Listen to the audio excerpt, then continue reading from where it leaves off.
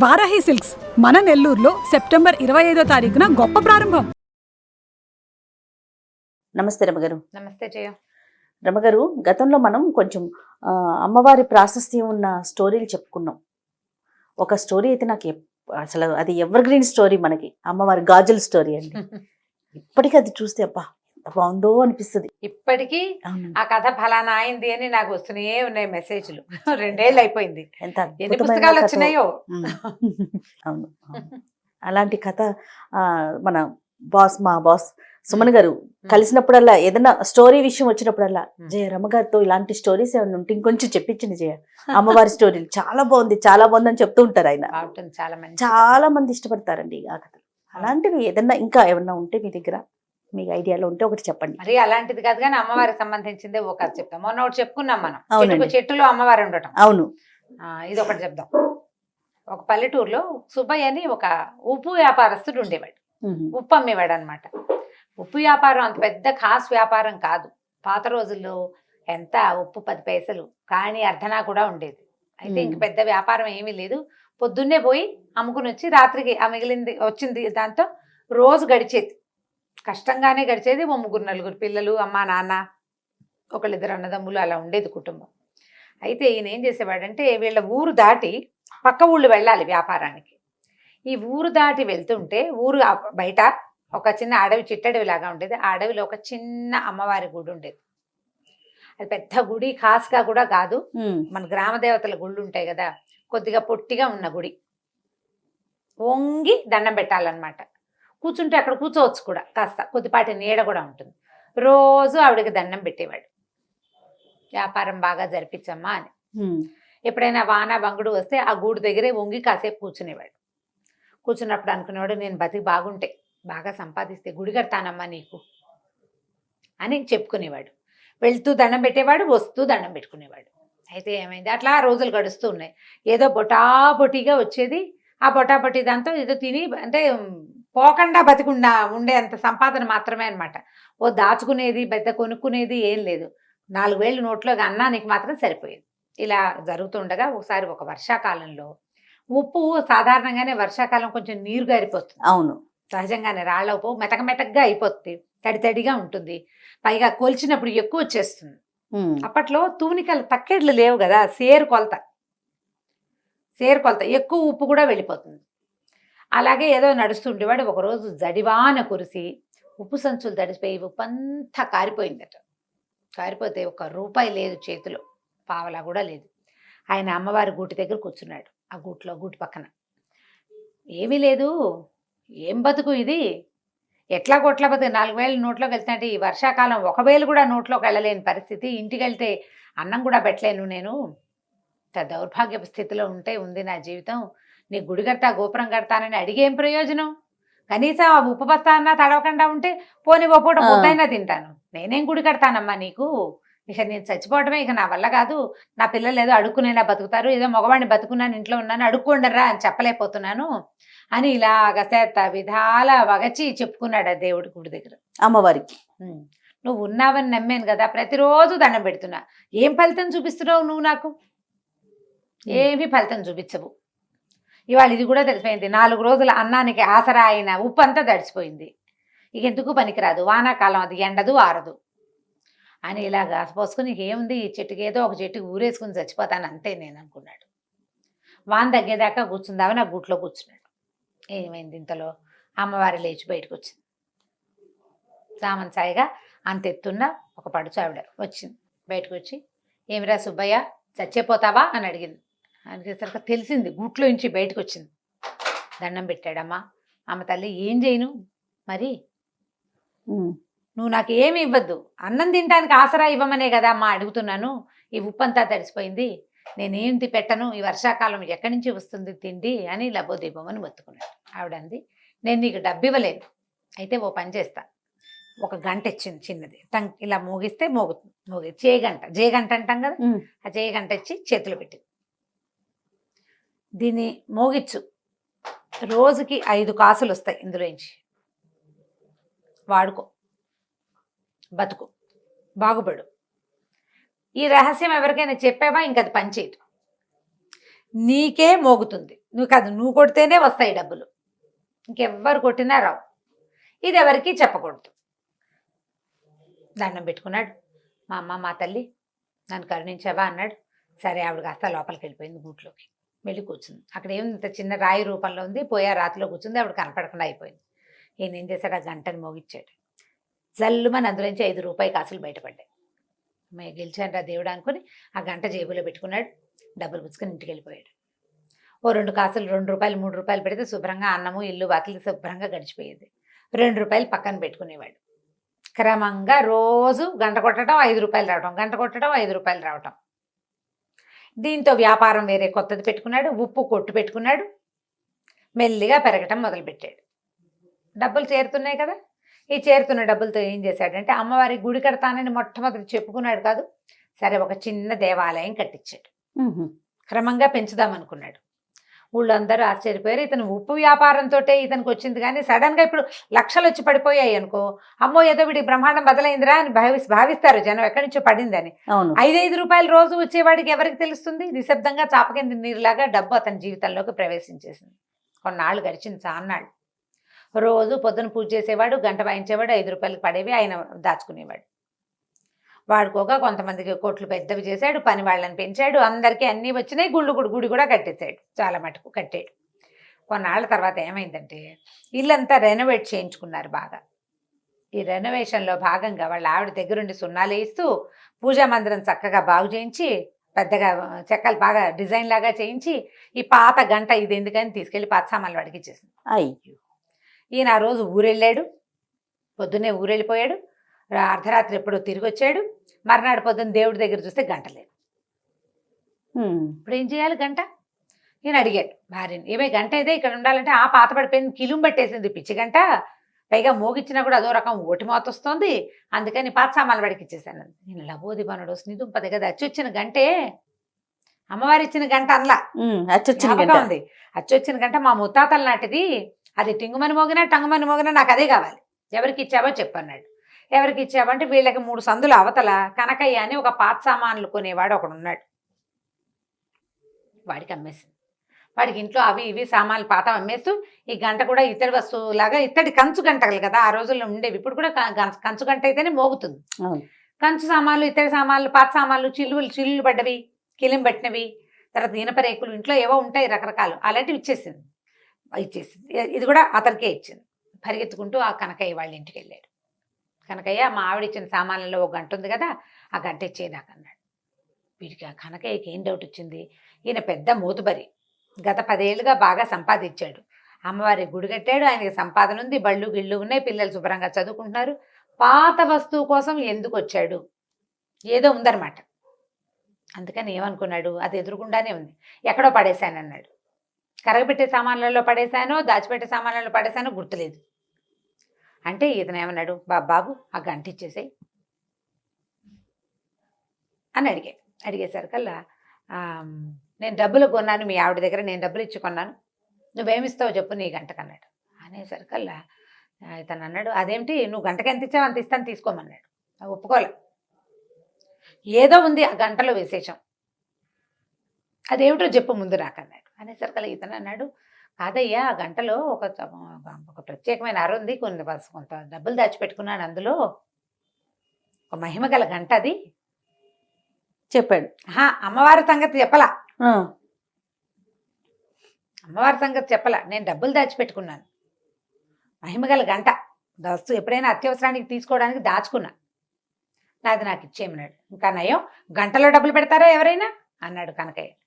గంట అంటే ఏముంటుంది, ఇట్లా ఇలా ఉంటుంది, పైన పీడు ఉంటుంది, లోపల వేళ్లాడే ఒక లోలకం లాంటిది ఉంటుంది, ఇలా అంటే మోగుతుంది. అందులో రహస్య పర్లు ఎలా ఉంటాయి చెప్పు, పైగా నేను తెచ్చేటప్పుడు చూసి అందులో ఏం లేదు, నువ్వు అబద్ధం చెప్తున్నావు అన్నాడు. కాదు నిజమే చెప్తున్నాను, నా మాట అబద్ధం అని తెలితే 1000 వరహాలు ఇస్తాను, నేను నా గంటలో ఇచ్చి డబ్బులు తీయలేకపోతే 1000 వరహాలు ఇస్తా, నువ్వేమిస్తావో చెప్పన్నాడు ఈయన సుబ్బయ్య గారు. ఈతను ఏమన్నాడు, నేను 1000 వరహాలు ఇస్తా, ఆ గంటలో ఏం లేదన్నాడు. రేపొద్దున చూపిస్తానన్నాడు. సరే ఈయన ఏమనుకున్నాడు, సరేలే వాడేం చేయలేడు దాన్ని, ఈయన ఇంటికి వెళ్ళిపోయాడు. మర్నాడు పొద్దున జనాలందరినీ పిలుచుకుని ఆయన వచ్చాడనమాట. ఈ లోపల ఈ రాత్రి కనకయ్య సాయంకాలం నుంచి మొదలుపెట్టి వాళ్ళ తమ్ముడిని పిలిచాడు, బావమరిదని పిలిచాడు, ఆ గంటను తిరిగేశారు, మరగేశారు, నేలకేసి కొట్టారు, విసిరారు, ఎక్కడి నుంచి ఏమీ బయటికి రాలే. దాంట్లో ఒక అర ఉండేందుకు ఏ అవకాశము లేదు. ఎక్కడ పెట్టాడో తెలీదు. ఏమైనా రహస్యపు మీటల మీద బాగా తోమేరు, మెరిసేలాగా చింతపండు ఉప్పు పెట్టి తోమేరు, నిమ్మకాయ డిప్పేసి తోమేరు, ధగధగాయమానగా బంగారపు గంటలే మెరుస్తోంది. అందులోంచి ఏమీ బయటికి రాదు. సరే ఏమనుకున్నాడు, ఇందులోంచి ఏమీ రాలేదు కాబట్టి అతను కూడా తీయలేడు, వేయిస్తాడు, వేయకేం చేస్తాడు, చూద్దాం అనుకున్నాడు. మర్నాడు పొద్దున వీరవి ఇతను చుట్టుపక్కల వాళ్ళు నలుగురు చేరారు, ఆయన ఓ నలుగురిని తెచ్చాడు. గంట అందరి మధ్యలో ఆ గంట ఆయనకి ఇచ్చేయాలి. ఇచ్చేసరికల్లా సరే ఇందులో ఏమీ లేదు, నేను తిరిగేశాను, మరగేశాను, ఇందులో ఏం లేదు, నువ్వు అబద్ధం చెప్పావు, 1000 అక్కడ పెట్టి గంట తీసుకోమన్నాడు. 1000 రూపాయలు ఇస్తానన్నాడు కదా. అయితే సుబ్బయ్య గారు అన్నాడు, ముందు గంట నా చేతిలో పెట్టు, డబ్బులు నేను తీసి చూపిస్తాను నీకు ఇందులో. సరే ఇచ్చాడు. ఇచ్చేసరికల్లా ఈయన ఏం చేశాడు, ఆ గంటను దండం పెట్టుకుని అలాగా మోగించి ఆ గంటల నుంచి 5 రూపాయల బిళ్ళలు అతని చేతిలో పెట్టాను. ఇదిగో నేను దాచిపెట్టాను, ఇదిగో అని చూపించాను. జనాలంతా ఆశ్చర్యపోయారు, ఎలా దాచావు అని. ఇప్పుడు నా పూర్వీకుల గంట కదా, ముత్తాతల నుంచి మా ఇంట్లో ఉంది, నేను దాని ఆసరాతోటే బతికాను,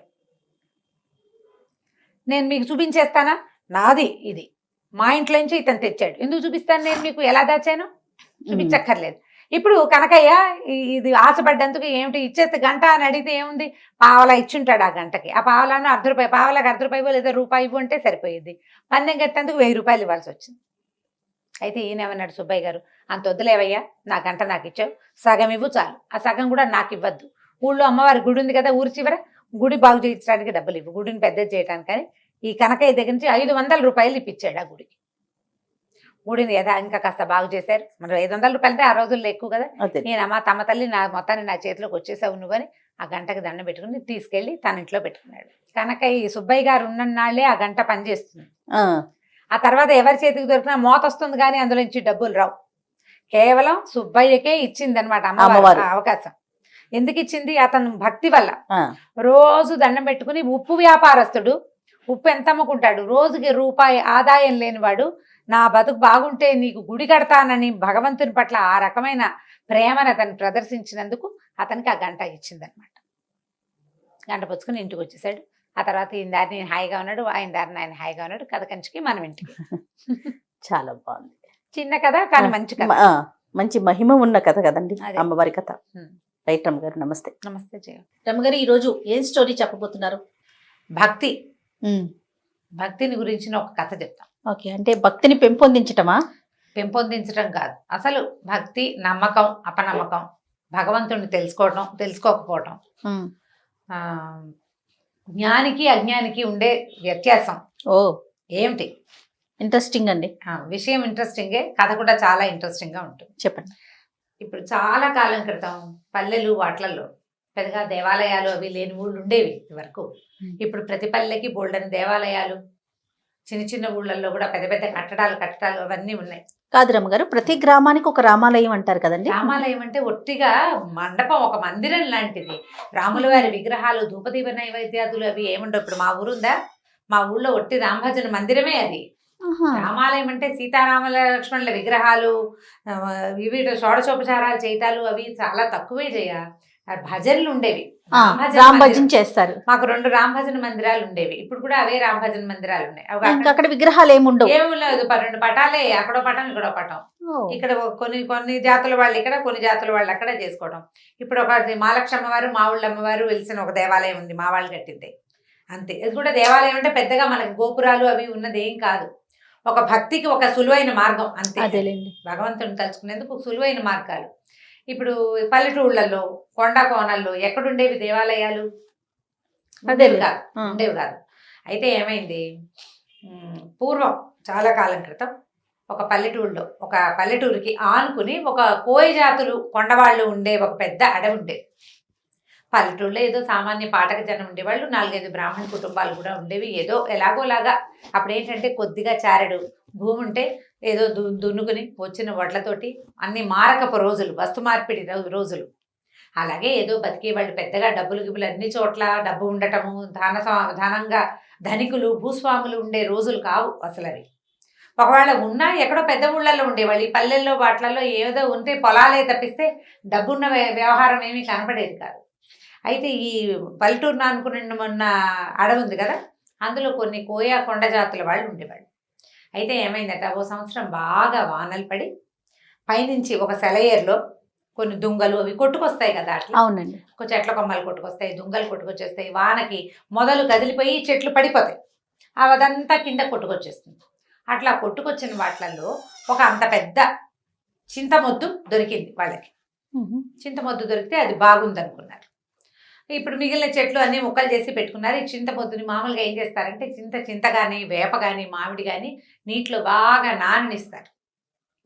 దాన్ని ఏదో అంటారు, పేరు గుర్తు రావట్లేదు. దీన్ని ఏంటంటే దాని లైఫ్ పెరుగుతుందన్నమాట. నీటిలో నానిన కొద్దికి గట్టిదనం వస్తుంది చెక్కకి. తర్వాత దాన్ని ఆరబెట్టి దాంతో ఫర్నిచర్ చేసుకుంటారు. సీజనింగ్ అంటారు. ఓకే. సీజన్డ్ వుడ్ దాని పేరే అది. ఆ సీజనింగ్ ఏంటంటే నీళ్ళలో పడేసేయటం అనమాట. నిద్రగన్నేరు చెట్లు కూడా కొట్టేసి పెద్ద పెద్ద దుంగల్ని చెరువుల్లో పడేస్తారు. పడేసి కొంతకాలం బాగా అది నానిన తర్వాత దాని లైఫ్ పెరుగుతుంది. ఆ చెక్క లోపల ఇంక్లూషన్స్ ఉంటాయా, వరుసల్లో వస్తాయి లోపల, ఆ తెరలు అవన్నీ ఫిక్స్ అవుతాయి అన్నమాట. దానికి బిగు వస్తుంది ఆ చెక్కకి. అట్లా ఈ నీళ్లలో నాననిచ్చారు. ఆ చింతమొద్దుని ఒకరోజు పగలేద్దామని దాన్ని తీసుకొచ్చి బయట పెట్టుకున్నారు. బాగా ఆ మాత్రం ఎత్తుగా ఉన్నది, బాగా మంచిది. ఇట్లా కావలించుకుంటే ఒక పెద్ద 2 బలాఢ్యులు అట్నుంచి ఇట్నుంచి పట్టుకున్నా వాళ్ళ చేతులు కలవనంత పెద్ద దుంగ అది. 2 బలమైన వాళ్ళు 2 చేతులు అట్నుంచి ఇట్నుంచి కావలించుకుంటే బాగా ఆ మాత్రం కైవారం ఉంటుందా, అంతకంటే ఎక్కువ, అంత పెద్దది. అంత పెద్ద దుంగ. అంత పెద్దదంటే చాలా మంచి వస్తువులు అవి బాగా తయారవుతాయి అని భావించారు. అయితే ఏం చేశారు, నీళ్ళ నుంచి బయటపడేసారు. కొద్దిగా ఆరాక దాన్ని పగలేయటానికి కొట్టేసరికల్లా ఏమైందంటే దానికి బార్క్ లాగా ఉంటుంది కదా, అది ఏమంటారు మన బెరడు, అది ఊడిపోయింది. అది ఊడిపోయి దుంగ కొంచెం పక్కకి వాలితే కింద అది పగలగొట్టడానికి దుంప తెగింది. ఒక కుర్రాళ్ళు కొంతమందికి నేల మీద పడుకున్నారు. ఒక కుర్రాడు నేల మీద పడుకుని ఇట్లా అలా చూసేసరికి ఆ దుంగకి ఇవి చెక్కల్లో ఒక రకమైన తెరలుగా ఒక డిజైన్ లాగా ఉంటుంది కదా, ఆ డిజైన్ ఎలా కనపడిందంటే దాని మీద ఉన్నది ఆ దుంగకి 2 కళ్ళు ఉన్నట్టు కనపడింది వాడికి. ఓ ఇది చూస్తోందిరా అన్నాడు. చూడటం ఏమిటి, దాన్ని నిలబెట్టారు. చూస్తే ఇట్లా నిలువుగా ఉన్న దుంగకి ఇట్లా 2 కళ్ళల్లే కనపడ్డాయి. అప్పుడు వాళ్ళు ఏమనుకున్నారు, ఎంత కొట్టినా కసుగందల చెక్క ఇక్కడ, బెరడు మాత్రం ఊడిందంతే. చూస్తుంటే వాళ్ళకి సంతోషం వచ్చేసింది. ఈ దుంగని ఇది జేజి అని భావించి ఏం చేశారు, ఆ చెరువు పక్కనే ఎక్కడ సెలయేరు ఎక్కడ కిందకు వచ్చిందో దానికి కొంచెం పక్కగా ఆ తడి ఇవక లేకుండా చూసుకుని ఓ చోట నిలబెట్టి బొట్టు పసుపు రాసి బొట్టు పెట్టుకున్నారు. అక్కడి నుంచి ఆ దుంగని జేజిగా భావించి రోజు దండం పెట్టుకోవటం మొదలుపెట్టారు. పసుపు రాసేవాళ్ళు, బొట్టు పెట్టేవాళ్ళు. ఏదో శుక్రవారాలు శనివారాలు ఏమీ తెలియదుగా వాళ్ళకి, అమాసలు పున్నాలు తెలుసు, కార్తెలు తెలుసు. ఆ ప్రకారంగా అప్పుడు ఆ కార్తెలు అమ్మవారికి చేయవలసిన కొలుపులు ఈ దుంగ జేజికే చేసుకునేవాళ్ళు వాళ్ళు. అయితే ఒకనాడు ఈ పక్కన పల్లెటూళ్ళలో బ్రాహ్మణ కుటుంబాలు ఉన్నాయి కదా, ఈ పల్లె నుంచి ఒక ఆయన అటు దారేపోతూ చూసి ఇట్లా నిలబడి ఉన్న అమ్మవారిలో ఒక శక్తి ఆయన ఆకర్షించింది. ఆ నేత్రాలు కూడా చూస్తున్నట్టుగా కనపడ్డాయి. వీళ్ళు పైగా చక్కగా పసుపు రాసి బొట్టు అది పెట్టేసరికి పైన బొట్టు కింద నేత్రాలతోటి చాలా ఆకర్షణీయంగా కనపడింది. ఆయన ఏమనుకున్నాడంటే ఏదో శక్తి వెలిసింది ఇక్కడని రోజు దీపం పెట్టేవాడు. ఏం పెద్ద విశేషం ఏం లేదు, వచ్చి దీపారాధన చేసేవాడు. ఏదో పండో ఫలమో పంచదారో పట్టుకొచ్చి పెట్టేవాడు. ఈ పల్లె వాళ్ళు ఉన్నారుగా కొండవాళ్ళు, వాళ్ళు కూడా ఏదో పెట్టేవాళ్ళు తెచ్చి. అక్కడి నుంచి కొలుపులు అంటే వాళ్ళు ఏవో బలేసేవాళ్ళు, ఆ బలులు వేస్తుండేవారు. ఏం చేశారు, క్రమంగా 4 నిట్టాళ్ళు పాతి చుట్టూతా ఒక దడిలాగా కట్టారు. వానకి అది తడిసిపోకుండా, ఎండ క్రమంగా దుంగ కదా పాడవుతుందని భావించి ఓ చిన్న తాటాకు పందిరి, దాని కింద ఈ జేజి. సంవత్సరాలు గడిచినాయి. ఈ కొండవాళ్ళు కోయవాళ్ళు అంటే అయ్యోరు రోజు పూజ చేస్తాడు కదా, అందుకని ఏం చేసేవాళ్ళు, ఈ అడవిలో పండిన వెదురు బియ్యము, పప్పు, ఉప్పు, బెల్లం వాళ్ళు మారకల్లో తెచ్చుకునేవాళ్ళు. అయ్యవారికి కూడా ఏదైనా ఇవ్వాలని భావించేవాళ్ళు. భావించి ఈయన కొద్దిగా సమర్పించేవాళ్ళు. డబ్బులు ఏం లేవు, కానీ భోజనానికి మాత్రం ఏర్పాటు జరిగిపోయేది బ్రాహ్మణుడికి. ఆయన రోజు వాన వంగుడు చలికాలం ఏదైనా సరే రావడం, ఖచ్చితంగా ఉదయకాలం దీపారాధన చేయటం నియమం. దీపం పెట్టేవాడు ఖచ్చితంగా. ఆ దీపం పెట్టడానికి ఓ ఏర్పాటు, అది ఆరిపోకుండా చుట్టూ దడి ఇన్ని ఉన్నాయి కదా, ఇలా గడుస్తూ ఉండేది. చాలా కాలం ఇలాగే గడిచిపోయింది. ఆ దారిపోతూ ఓ దండం పెట్టుకోవటం, పల్లె వాళ్ళంతా రోజు ఏం చేసేవాళ్ళు, వెళ్ళేటప్పుడు దండం పెట్టుకునేవాళ్ళు, వచ్చేటప్పుడు ఇంత దొరికింది, నీ పొద్దు నేను చూసి దండం పెట్టుకున్నావు, ఇది దొరికింది. పొద్దు నేను చూసినా ఏమీ దొరకలేదు. ఆ రెండు, ఒకటేమో సంతోషంగా చెప్పేవాళ్ళు, రెండోది కంప్లైనింగ్గా చెప్పేవాళ్ళు. మర్నాడు నిన్ను అడిగాను కదా ఇవాళ దొరికిందని సంతోషించేవాళ్ళు. ఏముంది, భక్తి, మూఢత్వం అంతే. దొరికే నాడు దొరుకుతుంది, దొరకని నాడు దొరకదు. దానికి అమ్మవారు చేసేది వీటికి ఇది ఏమీ లేదు, కానీ అలా నమ్మకం అనమాట. అయితే కొన్నాళ్ళ తర్వాత ఏమైందంటే, ఇది 12-13 సంవత్సరాలు నడిచిపోయింది. ఒకరోజు మంచి వర్షాకాలం, ఈయన దీపారాధన చేయడానికి వాన వేళనే వచ్చాడు. రోజులాగా తెల్లవారే రాల, కరవ లేట్ అయిపోయింది. ఇతను వచ్చేసరికల్లా ఆయనకి ఎట్లా కనపడిందంటే, దూరం నుంచి ఒకడెవడో ఒక గుర్రం కట్టేసింది కింద. ఈ అమ్మవారి తాలూకు తాటాకుల పాక దగ్గరే ఒక గుర్రం కట్టుంది. గుర్రం బాగా తడిసిపోయింది, ఎప్పటి నుంచో వానలో తిరుగుతోంది. ఒక మనిషి అక్కడ నుంచుని ఉన్నాడు. దూరం నుంచి చూస్తే వాడి పెద్ద ఆజానుబాహుడు, కటువుగా ఉన్న రూపం. వాడి బట్టలు అవన్నీ ఎలా ఉన్నాయంటే మొరటుగా ఉన్నాయి. ఆ రోజుల్లో గుర్రాలు అందరి దగ్గర లేవు, బందిపోటు దగ్గర దొంగల దగ్గర మాత్రమే ఉంటాయని చెప్పుకునేవాడు. వీడెవడో బందిపోటు దొంగ. వాడు అమ్మవారితో ఏదో అక్కడ నిలబడి మాట్లాడుతున్నాడు. ఇటు వచ్చి వెనక్కి వచ్చాడు. అమ్మో వీడు వచ్చేస్తున్నాడు అని చెప్పి ఆయన దగ్గరికి వెళ్ళకుండా దూరంగానే చెట్టు చాటును నిలబడ్డాడు. వాడు ఏం చేశాడు, ఆ గుర్రానికి కట్టి ఉన్న సామాన్లలో ఒక గొడ్డలు తీసుకెళ్ళాడు. గొడ్డలు తీసుకెళ్ళి ఆ గొడ్డలతో ఆ చెట్టుని నరకబోయాడు, ఆ జేజిని, ఆ దుంగని నరకబోయాడు. నరకబోయేసరికల్లా ఆ దుంగల నుంచి ఒక ఆవిడ బయటకు వచ్చింది. అదంతా ఈ బ్రాహ్మణ ఆయన చూస్తున్నాడు. ఇక్కడ ఏం జరిగింది, ఇతను ఒక బందిపోటు దొంగ. 4-5 రోజులుగా దారులు కాచి సంపాదించడానికి ప్రయత్నం చేస్తున్నాడు. ఏ అవకాశము అతనికి కుదరలేదు. పోనీ 4 కట్టెలు కొట్టి ఇంటికి పట్టుకెళ్తే ఇంట్లో వాళ్ళు కాస్త కలుగంజో తాగుతారంటే, వర్షాకాలం, వాన విపరీతంగా, ఎక్కడా కట్టె లేదు, ఏమీ లేదు. ఇంట్లో ముసలి తల్లి ఉంది, కడుపుతో ఉన్న భార్య ఉంది, 1-2-3 చిన్నపిల్లలు ఉన్నారు. వాడికి ఆహారం అవసరం ఇంటికి. దొంగే వాడు ఇదంతా చూసి ఎక్కడ అడవిలో దొరక్క తిరిగి వెళ్ళిపోతూ ఈ దుంగను చూశాడు. ఈ కట్టడంలో ఉండి ఏమి తడి అంటూ అంటకుండా ఉన్నది, దీన్ని పగలేసి సగమైన గుర్రం మీద మోసుకెళ్ళిపోతే ఓ సంచి తెచ్చుకున్నాడు. గోన్ సంచి కూడా ఉంది వాడి దగ్గర. తడవకుండా పట్టుకెళ్ళిపోతే పట్నం పట్టుకెళ్ళి అమ్మేసుకోవచ్చు, ఇంట్లో వాళ్ళకి 4 నూకలు వస్తాయి, కాస్త 2 నూకలు కొనుక్కోవచ్చు. ఆ ఉద్దేశంతో అతను ఏం చేశాడు, ఇక్కడ ఏమి ఆ వస్తువు దొరికింది ఏమీ లేదు, పూజ జరుగుతోందని తెలిసింది, కానీ పూజ ఏమిటి దుంగకి, తను చేయడు ఆ పూజ, జస్ట్ చూశాడు అంతే. గొడ్డలు తీసుకొచ్చి నరకబోయాడు. నరకపోతే అందులోంచి అమ్మవారు లేచి బయటకు వచ్చింది. వీడికి కనపడుతోంది, బ్రాహ్మణ ఆయన నిమిత్తలు ఉంచున్నాడు కదా పెద్ద మనిషి, ఈయనకి ఎలా కనపడింది, ఒక చామన్ ఛాయిగా ఎత్తుగా పెద్ద బొట్టు పెట్టుకుని, కొప్పు వెనకాల పువ్వులు అవి ఉన్నాయి, ఏదో ఒక నేర్చీర కట్టుకున్న ఒక నడి వయసు పాటక స్త్రీలాగా కనిపిస్తోంది. కానీ ఖచ్చితంగా దుంగలోంచే వచ్చింది. అప్పుడు ఆవిడ ఏం చేసింది, ఏరా నాయన ఇట్లా కొట్టేస్తున్నావు, నేను ఎప్పటి నుంచో ఈ దొంగలో ఉన్నాను, ఈ పాటకు జనం అంతా దండం పెట్టుకుంటారా నన్ను, నువ్వు దొంగను కొట్టద్దు నువ్వు అన్నది. అనేసరికల్లా ఆ దొంగ అన్నాడు, నేనేం చేయను, నాకు ఎక్కడ ఏమీ దొరకలేదమ్మా, ఏదైనా 1 రూపాయి దొరికినా నిన్ను వదిలిపెట్టి వెళ్ళిపోయేవాడిని, పగలేసి తీసుకెళ్ళాను అనుకో 10 రూపాయలు దొరుకుతాయి, నేను అందుకే కొట్టబోయాను అన్నాడు. అనేసరికల్లా ఆవిడ ఏమంది, డబ్బులే కదా నేను ఇస్తానని ఆవిడ ఏం చేసింది, ఇంత మూట ఎత్తి వాడి చేతిలో పెట్టింది. గల్లుమంటోంది మూట. దూరం నుంచి మనకి డబ్బుల కట్టలు అవి ఇవ్వడం తెలిసిపోతుంది కదా, ఈ డబ్బు గల్లు మనటము, ఒక డబ్బుల మూట, చిన్న మూటలు ఉంటాయి డబ్బులు. ఆ రోజుల్లో ఏం చేసేవాళ్ళు, సంచుల్లో వేసి నాణేలు కదా, తెలిసింది అతనికి, బ్రాహ్మడికి అర్థమైంది. ఆ మూట ఎత్తి వాడి చేతిలో పెట్టింది. వాడు వీడికి వంగి వీడి కాళ్ళకి దండం పెట్టి వెళ్ళిపోయాడు. అవురా 12-13 సంవత్సరాల నుంచి అర్చన చేస్తుంటే 10 పైసలు ఇవ్వలేదే నాకు, వీడెవడ గొడ్డలెత్తితే ఇచ్చేసింది. ఇదనమాట మార్గం, ఇదే కదా మార్గం. సరే ఏం చేశాడు, ఆ దీపారాధన పక్కన పెట్టి ముందు ఇంటికి వెళ్ళిపోయాడు. మళ్ళీ ఊళ్ళోకి వెళ్ళి గొడ్డలు పుచ్చుకొచ్చాడు. గొడ్డలు పట్టుకొచ్చాడు. సరే దీపాన్ని సామాన్లు కూడా పట్టుకెళ్ళి అన్నీ అక్కడ పెట్టి గొడ్డలు ఎత్తాడు కొట్టడానికి. ఎత్తటం ఏమిటి, గంటలు గణ గణ గణ గణ మోగిపోయింది. 1 గంట ఉంది అక్కడ, 1 గంట ఎన్ని గంటలు గానో మోగింది.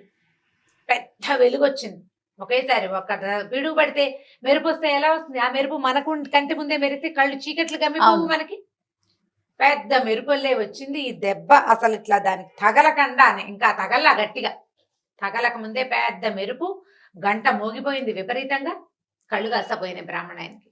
అమ్మో నా కళ్ళు కనపట్ల, మెరుపు కళ్ళు మిరుమిట్లు కొలిపోయి ఇవి గొడ్డలి పడిపోయింది, కళ్ళు మూసుకుని కింద కోలిపడిపోయాడు.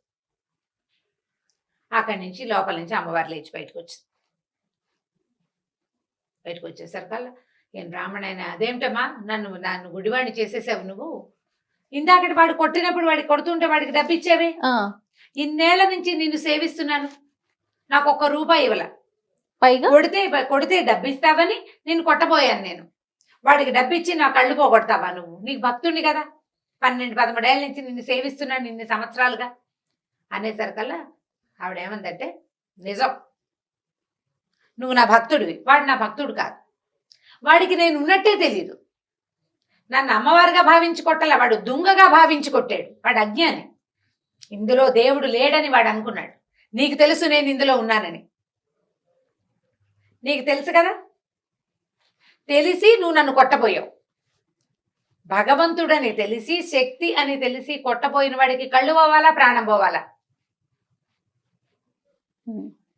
వాడు అజ్ఞానంతో చేశాడు, వాడికి తెలియదు అసలు నేనెవరో తెలియదు వాడికి, నువ్వు 12-13 సంవత్సరాల నుంచి నేను ఇక్కడ ఉన్నానని నమ్మేవు, నాకు రోజు దీపం పెట్టావు, నువ్వు పెట్టిన దీపపు వెలుగులోనే ఈ ఊరి జనమంతా నన్ను చూసి దండం పెట్టారు, ఒక్కరోజు కూడా అన్నానికి వెతుక్కున్నావా నువ్వు, ప్రతిరోజు నీ అన్నం ఏర్పాటు చేశాను నేను, నువ్వు నాకు దీపం పెట్టినందుకు ప్రతిగా నీకు భోజనం ఏర్పాటయ్యింది, అది నేనే చేశానని మరి నేను కాకపోతే ఎవడు చేశాడు, వాళ్ళు నీకు తెచ్చిచ్చారు, నాకు నువ్వు దీపం పెట్టావు కాబట్టి వాళ్ళు నీకు ఇచ్చారు, మీ ఇంట్లో నువ్వు పెట్టుకుంటే తెచ్చియ్యరు కదా, ఇప్పుడు వాడు అజ్ఞానంతో కొట్టాడు, వాడికి నేను వద్దన్నా కొడతాడు, నేను వాడిని ఏం చేయలేను, ఎందుకంటే వాడు నన్ను నమ్మడు అసలు, నేను తెలియదు వాడికి, నీకు తెలుసు, తెలిసి నువ్వు చేయొచ్చా ఈ పని, తెలియని వాడు ఏ తప్పు చేసినా ఓకే, తెలిసిన వాడు చెయ్యొచ్చా, ఇది తప్పని నీకు తెలుసు, చెయ్యకూడదు కదా, అందుకే నీ కళ్ళు పోయినాయి, ఇప్పుడు చెప్పు 100 నాణేలు వాడికి ఇచ్చాను, నీకు కావాలంటే ఇస్తా, మళ్ళీ 100 నాణేలు వాడికి ఇచ్చాను, నీకు కావాలంటే ఇస్తా, కళ్ళు కావాలా 100 నాణేలు కావాలా తేల్చుకో, నేను కావాలా నీకు 100 నాణేలు కావాలా, ఇప్పుడు సమాధానం ఏది, బ్రాహ్మణుడు నిర్ఘాంతపోయాడు, కాదు డబ్బుకు ఆశపడ్డాను నేను, ధనదేవత నన్ను అట్లా పిలిచింది, ఇన్నాళ్ళు నువ్వు నాకు అన్నం పెడుతున్నావన్న జ్ఞాపకం నాకు లేదు, నీ వల్లే నేను ఉంటున్నాను, నువ్వు నన్ను ఉండనిచ్చావు కాబట్టి ఉన్నాను ఇన్ని సంవత్సరాలు, నేను ప్రతిరోజు దీపం నేను పెట్టట్లేదు, నన్ను నువ్వు పెట్టనిచ్చావు, గుర్తించాడు, మనకు అవకాశం ఇస్తాడమ్మా భగవంతుడు, నేను చేస్తున్నానని అనుకుంటే ఎట్లా, ఈ పని చేసేందుకు నాకు అవకాశం భగవంతుడు ఇచ్చాడు, ఆయన ఇవ్వదలుచుకోలేదు, శక్తి మనని ఈ పని చెయ్యనివ్వలేదు అంటే చేయనివ్వదు అంతే, ఇంకా చేయనివ్వదలుచుకోకపోతే ఇక చెయ్యదు, ఏం లేదు, సున్నా, మనం ఇదంతా నీ ప్రతిభ ఎట్లా అవుతుంది, నీ కాలు చెయ్యి కదులుతున్నాయంటే నీ వల్ల, అది కాదే, నీ వల్ల కాదు, ఎవ్వడి వల్ల కాదు, నీ లోపల అంతర్జ్యోతి ఒకటి వెలుగుతున్నంత సేపే నువ్వు చేయగలుగుతావు, ఆ జ్యోతి కొడిగట్టిన మసిబారిన నీ వల్ల కాదు, దాన్ని అలా వెలిగించి ఉంచేదే భగవత్ శక్తి, అది ఒప్పుకుంటేనే నీ కాళ్ళు చేతులు అన్ని సమస్తము వదులుతాయి, నువ్వు చేస్తావు క్రియ, ఏదో విజయం సాధిస్తావు, భగవంతుడు ఒప్పుకొని శక్తి ఒప్పుకోనప్పుడు ఇంకా నువ్వు చేసేదేం లేదు. అవును, దాంతో ఆవిడ కాళ్ళు పట్టుకున్నాడు, నన్ను రక్షించు, నాకు బుద్ధి వచ్చింది, నేను జ్ఞానిగా ఉన్న అజ్ఞానిని, భగవంతుడు ఉన్నాడని తెలిసినా తెలుసుకోలేని అజ్ఞానిని నేను, నన్ను నాకు కరుణించమంటే ఆవిడకి కళ్ళు వచ్చేసినాయి బ్రాహ్మడికి, కానీ ఆ అమ్మవారు అతనికి కనపడలా, బతిమలాడుకున్నాడు, కనిపించమని, నాకు ఒక్కసారి కనపడు, దూరం నుంచి చూశాను నిన్ను దగ్గర నుంచి చూసే అవకాశం నాకు ఇవ్వు, ససేమిరకు మూవ్ అనలేదు, జీవితంలో అతను ఆ శక్తిని చూడలేడు, ఇప్పుడు అసలు అమ్మవారు ఒక శక్తి అని ఈ చెక్కలో ఉందని వాళ్ళు పూజిస్తున్నారని తెలియని అజ్ఞాని, ఒక దారులు కాచే దొంగవాడికి సాధారణంగా మనిషి రూపంలో ప్రత్యక్షమయ్యి వాడితో మాట్లాడి వాడిని నెమ్మదిపరిచి వాడికి కావాల్సిన డబ్బులు ఇచ్చి ఈ పని చేయబోక అని చెప్పి పంపించేసింది. ఇన్ని సంవత్సరాలుగా పూజ చేస్తున్న వాడికి ఇక ఎప్పటికీ వాడికి అవకాశం లేదు. కనిపించదు. ఆ మనిషికి అవకాశం లేదు, ఆ బ్రాహ్మడికి ఆ అవకాశం ఇవ్వకుండానే అమ్మవారు లోపలికి వెళ్ళిపోయింది. ఆ తర్వాత ఎప్పుడూ ఎవ్వరికీ కనపడలేదట, కానీ పూజ మాత్రం జరుగుతూనే ఉండేది, పూజ జరిగేది. ఈ నిదర్శనం ప్రపంచానికి తెలిసింది. ఆ నిదర్శనానికి ప్రత్యక్ష సాక్షి అయిన బ్రాహ్మడికి మాత్రం అమ్మ తాలూకు సారూప దర్శనం, సహజంగా ఉన్న రూపంలో ఉన్న దర్శనం ఆమె ఎట్లా కనపడుతుంది అతను ఎప్పటికీ చూడలేకపోయాడు. తెలుసుకోలేకపోయాడు. మనం ఏదైనా తప్పు అని మన లోపల తెలిస్తే అది చేయకూడదు. శక్తి ఉంది, ఏది కనపడదే, అలా ఉంటుందా ఇలా ఉంటుందా, కనపడదే అని అడగకూడదు. దాని స్వరూపాన్ని నీకు ఒకసారి అర్థమైతే నీ లోపల తెలుసుకోవడానికి ప్రయత్నించాలి. మనసులో ఆ జ్ఞాన దృష్టితోటి తెలుసుకోవాలి. సాకారమైన రూపంలో చూడాల్సిందేనని, నువ్వు కనపట్టలేదు కాబట్టి లేదని ఇలాంటి మాటలు మాట్లాడకూడదు. నీకు నమ్మకం ఉంటే, నీకు తెలియకపోతే వేరే కదా. నమ్మకం లేదు అని ఎవడు చెప్పడు, ఒకవేళ చెప్పినా అది అబద్ధం చెప్తున్నట్టే. అది అబద్ధం చెప్తే ఇప్పుడు కొంతమంది చూడండి వితండవాదం చేస్తా ఉంటారు, ఏది ఎక్కడుంది, ఇక్కడుందా, అక్కడుందా, చూపించండి అని. ఇలాంటి వాళ్ళకి ఇలాంటి కథ నిజంగా చెంప పెట్టే కదా. మన శరీరంలో ప్రాణం ఎక్కడుందో ఒక చోట నువ్వు చూపించు, నువ్వు చేయలేదు. అది ఇందులో ఒక్క పదార్థం నువ్వు చేసింది కాదు. నీ శరీరంలో నువ్వు పైన గోళ్ళకి రంగేస్తావు, ఏది గోరు మొలిపించు, నీ వల్ల అవుతుందా? గోరింటాకు గోళ్ళంత పెట్టుకుంటాం, ఈ చర్మం తెప్పించు ఎక్కడి నుంచి అయినా. చర్మం దానంతటది తెచ్చుకుంటుంది. రిపేరబుల్ పొజిషన్ లో ఉంటే బాడీ దాన్ని రిపేర్ చేసుకుంటుంది, అది ఎవ్వరూ చేయలేరు. ఇవన్నీ దానంతటది చేయవలసిందే తప్ప నువ్వు చెయ్యని దానికి నువ్వు సాక్ష్యాలు అడిగితే ఎలా కుదురుతుంది? చాలా బాగుంది రమ్మగారు, కథ మాత్రం చాలా అద్భుతంగా ఉంది. అదే నేను చెప్పట్లా, వితండవాదం చేసే వాళ్ళకి నిజంగా చెంపపెట్టు లాంటి కథలు ఇలాంటివన్నీ కూడా. అవును, అద్భుతంగా ఉంది. పిల్లలకి చెప్తానికి బాగుంటుంది, పెద్దవాళ్ళు తెలుసుకో ఇంకా బాగుంటుంది. రమ్మగారు, అమ్మవారిని పూజించే భక్తులు విపరీతంగా ఉంటారు. ఎక్కువ మంది అమ్మవారినే కొలుస్తుంటారు రమ్మగారు. అది గ్రామ దేవతలు కావచ్చు, లేకపోతే అమ్మలు కావచ్చు. ఇలాంటి వారి స్టోరీస్ మనం గతంలో కొన్ని చెప్పుకున్నాం కదా, అలాంటిది ఏదన్నా ఉంటే ఒకటి చెప్పండి. చందమామ కథే చెప్తాం. నాకు కూడా భలే ఇష్టం రమ్మగారు అమ్మవారు అంటే. ఇంతకుముందు చెప్పిన 3-4 కథలు చాలా హిట్ అయినాయి. అవును. ఒక ఊళ్ళోనట గంగులని ఒక అతను ఉండేవాడు. ఈ గంగులు ఏంటంటే చిన్న గారడివాడు అనమాట. పిల్లి మొగ్గలేయటం. ఆ తర్వాత ఏమో ఈ బంతుల్ని ఇలా ఇలా ఎగిరిస్తారు, జంగ్లింగ్ ఏదో అంటారు దాన్ని, జగ్లింగ్. బాల్స్ ఎగరేయటం, బంతులు ఆడించడం, 6-7 బంతుల్ని ఇలా 2 చేతులతోటి ఆడించడం, జగ్లింగే, అలాగే గుర్తుంది దాని పేరు ఇంగ్లీష్లో. బంతులు ఆడడం అంటారు మన వైపు. తర్వాత మొగ్గలేయటం, పిల్లి మొగ్గలు రకరకాలవి, రింగులో ఇంచి కూడా మొగ్గ వేయటం, అలాంటివి చేసేవాడు. గారడి పనులు చేసేవాడు. సర్కస్లో చిన్న సర్కస్ లో లాగా. అంటే ఇప్పుడు సర్కస్ అంటే పెద్ద రకంది కదా. ఈ ఊళ్ళల్లో ఉండే గారడి వాళ్ళు ఏంటంటే రోడ్డు మీద ఏదో పిల్లి మొగ్గలు వేస్తే వారా వీరా ఓ 10 మంది చేరేవాళ్ళు. ఓ 5 పైసలు 10 పైసలు, ఆ రోజుల్లో పైసల రోజులే కదా, డబ్బులు వచ్చేవి. అయితే ఇతను ఎక్కడికైనా వెళ్తే తన పొట్టకి సరిపడా సంపాదించుకోగలిగేవాడు, అంతకంటే లేదు.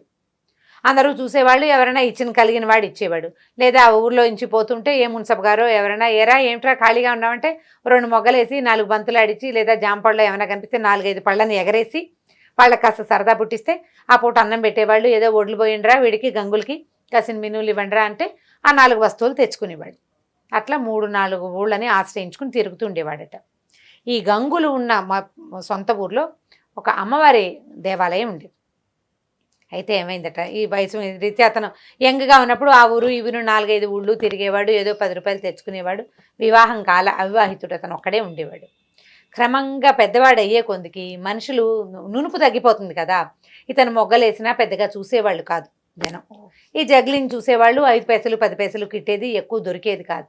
ఊరికే అంటే దాచుకునేందుకు 10 రూపాయలు దొరికేది కాదు, కానీ అన్నం మాత్రమే దొరికేది. అయితే ఏమైందట, 12 ఏళ్లకో 16 ఏళ్లకో ఒకసారి ఆ ఊరి అమ్మవారికి జాతర చేస్తారు. అయితే అతను ఆ ఊళ్ళో ఈ ఊళ్ళు తిరుగుతుండగానే అమ్మవారికి జాతర అని కబుర్లు తెలిసినాయి. ఊళ్ళల్లో టముకేసేవాళ్ళు. ఈ ఊళ్ళో అమ్మవారి జాతర అనుకో, ఒక డప్పు పుచ్చుకుని ఒక అతను వచ్చేవాడు. అవును, ఈ ఊళ్ళో టముకేస్తారు అమ్మవారి జాతర, అందరు కొలుపులు జరిపించండి అహో అని టక కొట్టేవాడు. ఈ టముకేసిన వాడు మొత్తం 4-5 చుట్టుపక్కల ఊళ్ళలోనూ వేసాడట. ఈ గంగుల అమ్మవారి జాతర కదా అని అతను కూడా వచ్చేసాడు. నెల ముందు నుంచి మొదలైనట దేవాలయం దగ్గర పనులు. పందిళ్ళు వేసేవాళ్ళు, పాకలు వేసేవాళ్ళు. ఆ ఊళ్ళో ఉన్న అన్ని కులవృత్తుల వాళ్ళకి చేతి నిండా పని. అందరూ అమ్మవారిని సేవించుకునేవాళ్ళే. ఈ జాతరలో నిత్యం భోజనాలు పెట్టేవాళ్ళు. రోజువారీ అప్పట్లో భోజనాలంటే కుండలతోటి వండేవాళ్ళు. కట్టెలు కొట్టుకొచ్చేవాడు, పొయ్యి అలికేవాడు, వాకిళ్లలో నీళ్లు చల్లేవాళ్ళు, ముగ్గులు వేసేవాళ్ళు, కుండలు చేసేవాళ్ళు, ఫ్రెష్ కుండలు ఎప్పటికప్పుడు వంటకి. ఇక తాటాకులు, తాటి కమ్మలు, అన్ని పనుల వాళ్ళకి పనులు. ఈ గంగులు అనుకున్నాడు, నాకు ఏ పని లేదు, నేనేం చేస్తాను అమ్మవారికి సేవ, నాకు ఏ కుల వృత్తి రాదు. ప్రతివాడికి ఏదో ఒక పని ఉంటుంది. ఇక విపరీతంగా జరిగిన ఉత్సవాలు, రోజు ఉత్సవంలో అన్నం పెట్టేవాళ్ళు, తినేవాడు, వెళ్ళి అమ్మవారిని దర్శనం చేసేవాడు, అందరూ చేస్తున్న పనులు ఏదైనా కుదిరితే చేతి సాయం చేసేవాడు. ఎవరైనా బస్తా ఎత్తున్నారనుకో ఇతను కూడా పోయి బస్తా ఎత్తేవాడు. ఎవరైనా కుండలు దొంతుగా పెడతారనుకో 4-5 కుండలు చేత్తో పుచ్చుకుని తీసుకెళ్ళి పెట్టడం, అట్లా పనులు చేసేవాడు. కానీ తనే ఒక పెద్ద పనికి సహాయంగా చేయలేకపోయినందుకు ఎంతో దిగులు పడేవాడట. సరే గడిచినాయి రోజులు. అమ్మవారు జాతర 10 రోజులట. నెల రోజుల నుంచి పనులు మొదలైనవి. పనులు అవగానే జాతర మొదలైంది. 10 రోజులు జాతర జరిగింది. ఈ 10 రోజులు పగలు ఉపవాసం ఉండి రాత్రి భోజనం చేసేవాడట ఈ గంగులు. ప్రతి పగలు ఉపవాసమే. దీంట్లో పెట్టిన పందిట్లో అన్నం తినేవాడు కాదు, సాయంకాల పందిట్లో అన్నం తినేవాడు, అక్కడక్కడే తిరుగుతూ ఉండేవాడు. సరే ఏమైందట, 10వ రోజు అందరూ మొత్తం ఊళ్ళో నుంచి వచ్చిన జనాలంతా, ఇప్పుడు మన ఊళ్ళో జాతర అంటే మనం చుట్టాలను పిలుచుకుంటాం కదా, ఈ వచ్చిన చుట్టాలు వీళ్ళంతా ఆ రాత్రి దీపాలు పెట్టే వేళకి భోజనాలు చేసి ఎవరి దారిని వాళ్ళు వెళ్ళిపోతున్నారు బయటికి. గుడి దాదాపుగా ఖాళీ అయిపోయింది. గంగులు ఏం చేశాడు, గుళ్ళోకి వెళ్ళాడు. ఈ పురోహితుడు, ఈ దేవాలయం అర్చకుల్లో ఒక ఆయన అన్ని తలుపులు 11 గంటల వేళ తలుపులన్నీ వేసున్నాయో లేదో చూడ్డానికి వచ్చాడు. జనమంతా సద్దుమణిపోయారు. ముందు రోజు రాత్రి దాకా గుడి సందడిగానే ఉంది. జనాలు ఇక్కడ పడుకునేవాళ్ళు, సన్నాయి వాళ్ళు, వాచగాళ్ళు, మేళగాళ్ళు, బోళంతమంది సంగీతాలు పాడేవాళ్ళు అందరూ పడుకుంటున్నారు. ఇవాళ రాత్రికి ఎవ్వరూ లేరు. ఆ రాత్రి నిద్ర చేయకూడదు, 9వ నాటి రాత్రి నిద్ర చేయకూడదనో ఏదో నియమం. 10వ నాటి రాత్రి అందరు వెళ్ళిపోతున్నారు. ఈయన తలుపులు వేసున్నాయో లేదో చూద్దామని ఊరికే వచ్చాడు. ఇంటికి వెళ్ళిపోయిన వాడే. వచ్చేసరికల్లా అమ్మవారి సన్నిధి కొంచెం ఓరగా తెరిచిందట. తెరిచిందేసరికల్లా ఈయన ఎవరో తలుపు తీశారని లోపలికి చూస్తే లోపల అమ్మవారి సన్నిధిలో ఈ గంగులు పిల్లి మొగ్గలేస్తున్నాడు. బంతులు కత్తులు పక్కన పెట్టున్నాయి. 4 పిల్లి మొగ్గలేసి బంతులు ఎగరేస్తున్నాడు. బంతులు పక్కకు పెట్టి కత్తితోటి అతనికి కరవాల విద్య అంటే అది కూడా ఈ మన గారడి వాళ్ళు చేసే విద్య అనమాట. చేస్తున్న తర్వాత ఈయన తెల్లబోయి ఇదేమిటి వీడు రాత్రిపూట ఇట్లా చేస్తున్నాడని ఏం చేశాడు, తను ఒక్కడు వెళ్ళకుండా గబగబా వెనక్కి వెళ్ళి ధర్మకర్తని మిగిలిన అర్చకుల్ని పిలుచుకొచ్చాడు. ఆ రోజు 9 రోజులు అర్చన చేశారు. 10వ నాటి రాత్రికి అమ్మవారు ఇట్లా కుంకంతో మునిగిపోయి ఉందట. మొత్తం అంతా కుంకపు రాశి, ఆ రాశిలో మునిగి ఉంది ఆవిడ. విగ్రహం ఉంది, రోజు అర్చనే కదా, పొద్దున సాయంత్రం మధ్యాహ్నం 3 పూట్ల అర్చనలతోటి కుంకపు రాశి అనమాట. మర్నాడు 11వ రోజు ఆ కుంకం అంతా తీసి పొట్లాలు కట్టి అందరికి పంచుతారనమాట. ఈ కుంకపు రాశి కనపడుతోంది. ఆ కుంకపు రాశి ముందే ఇతను చేస్తున్నాడు. ఈయన పరిగెత్తుకుంటూ వెళ్ళి ముందు ధర్మకర్తకి చెప్పాడు. ధర్మకర్త వచ్చేసరికల్లా ఈయన తలుపు కొద్దిగా ఓరగా ఉన్న తలుపులోంచి లోపలికి చూస్తే గంగులు పడుకుని ఉన్నట్టు. పడుకునుంటే అతను పడుకున్న చోట అమ్మవారు కూర్చునుంది పక్కన. గంగుల తల ఆవిడ ఒళ్ళో ఉంది. ఒళ్ళో ఉంది. ఏం చేస్తోంది ఆవిడ, పమిట కొగ్గుతో ఇట్లా ఇట్లా ఇట్లా ఇట్లా విసురుతోందట. చెమటలు పట్టి ఉన్నవాడిని వాడి మొహం మీదకి గాలి విసురుతోంది అమ్మవారు. విగ్రహం ఉండాల్సిన స్థానంలో విగ్రహం లేదు. ఈవిడ ఇక్కడ కూర్చునుంది, ఆవిడ ఒళ్ళో ఉన్నాడు. అతను ఒళ్ళో తల పెట్టుకుని పడుకుని ఉన్నాడు. ఈయన అట్లా నిర్ఘాంతపోయి నుంచున్నాడు. ఈ లోపల ముందెళ్ళిన పూజారి ఉన్నాడు కదా, చాలా మందిని 5-6 పూజారులను పిలుచుకొచ్చాడు. అందరూ తలుపు తోసేశారు కల్లా గంగులు పడుకుని ఉన్నాడు. ఇంకెక్కడ ఏం లేదు. ఈయన ఏమో ధర్మకర్త నేను చూశానంటాడు. ఇక్కడ ఏమీ లేదు కదండి, అలా ఏం జరగలేదంటే ఈ కుంకపు రాసి ఉంది కదా, ఈ రాశికి బయట వైపు ఒక పాదముద్ర ఉందట కుంకంలో. అంటే ఆవిడ అందులోంచి అడుగు బయట పెట్టి వచ్చింది. వీళ్ళెవ్వరూ దాన్ని చూడలేదు ఆ దృశ్యాన్ని. ఆ ధర్మకర్త ఆయన ఒక్కడే, ధర్మకర్త ఒక్కడే చూశాడు. మిగిలిన వాళ్ళంతా జాతరలో పాలు పంచుకొని జాతరలో సేవ చేశారు. నిజమైన భక్తుడు వీడు. ఆమెకి కోసమే సేవ. జాతరలో ఉన్న వాళ్ళంతా చుట్టాలు పిలిచారు, పక్కలు పిలిచారు, అది చేశారు, ఇది చేశారు. ఎవడికి ముట్టాల్సిన డబ్బులు వాడికి ముట్టింది, ఎవరి వంతుకి రావాల్సిన ప్రసాదం వాడికి వచ్చింది. వీడికి ఏదీ లేదు, వీడికి ఏమీ లేదు. కేవలం అందరూ అమ్మని సేవిస్తున్నారు, నేను సేవించలేకపోతున్నానన్న దిగులు తప్ప. తనకు వచ్చిన విద్యని ఆవిడొక్కదానికే ప్రదర్శించాడు. ఈ 10 రోజుల్లో అతను ఎక్కడ తన గారడిని ప్రదర్శించి 10 పైసలు తీసుకోలే. ఆమె కోసమే చేశాడు. ఆ కుంకపు పాదముద్రను చూసేసరికల్లా మిగిలిన వాళ్ళంతా నమ్మారట. ఈ కుప్పగా ఉన్న కుంకంలో పాదాల ముద్ర కనిపిస్తోంది. పాదం పొడుగుది కనపెడుతోంది, స్త్రీ పాదం అని తెలుస్తోంది. దాంతో అందరూ నిద్ర లేపారు అతన్ని. నిద్ర లేపితే అమ్మవారిని సేవించుకోవడానికి వచ్చానని చెప్పాడు. బయటికి పంపించేశారు. అందరూ కలిసి అతన్ని తీసుకెళ్లారు. ఆ తర్వాత గంగుల్ని ఆ దేవాలయంలోనే ఉంచుకున్నారట. అతను దేవాలయ సేవకుల్లోనే ఉన్నాడు. నిజమైన భక్తి ఎవరిదంటే భగవంతుడి కోసమే ఎవరైతే నిస్వార్థంగా ఆయన భగవంతుడి కోసమే చేసే సేవ అని భావిస్తాడో వాడిది నిజమైన భక్తి. వాడి కోసం అమ్మ వాడు అలసిపోతే ఆదరించడానికి వస్తుంది, వాడికి ఆకలిస్తే అన్నం పెడుతుంది. మిగిలిన వాడు ప్రయత్నపూర్వకంగా సాధించాలి దాన్ని.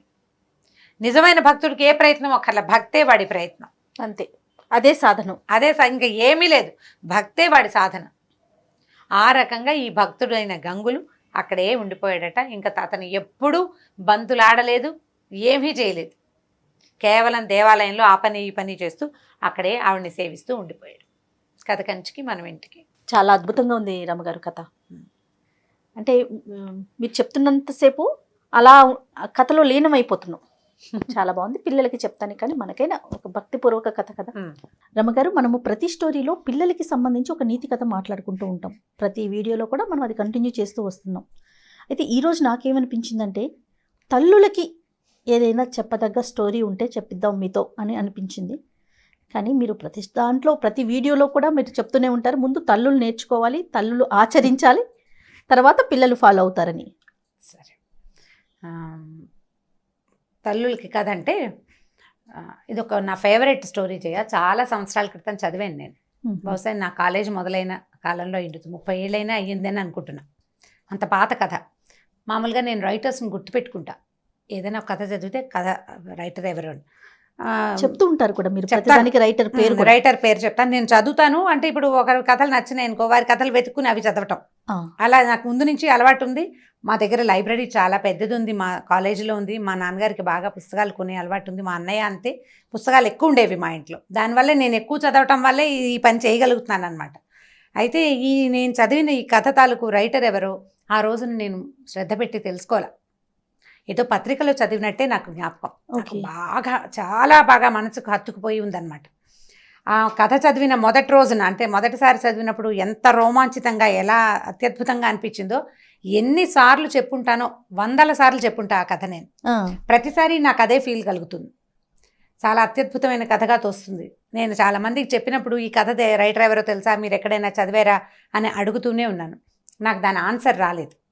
ఇవాళ ఇప్పుడు అంటే మనం ఈ ప్రోగ్రామ్ స్టార్ట్ చేసిన దగ్గర నుంచి ఏదో ఒక సందర్భంలో ఈ కథ చెప్పి దీని రైటర్ ఎవరు, వారెవరో తెలుసుకోవాలని కోరిక ఆడియన్స్లో ఎవరైనా, ఇప్పుడు మన మంది చూస్తారు, వాళ్ళలో ఎవరో ఒకళ్ళు ఈ కథని ఫలానా వారు రాశారు ఆయన అని పేరు తెలిస్తే చాలా సంతోషిస్తాను నేను. చూడండి, మామ్ ప్రేక్షకులందరూ రమ్మగారి కోసమైనా మీకు ఎవరికైనా ఆథర్ నేమ్ తెలిస్తే కనుక డెఫినెట్గా కామెంట్ రూపంలో తెలియజేయండి.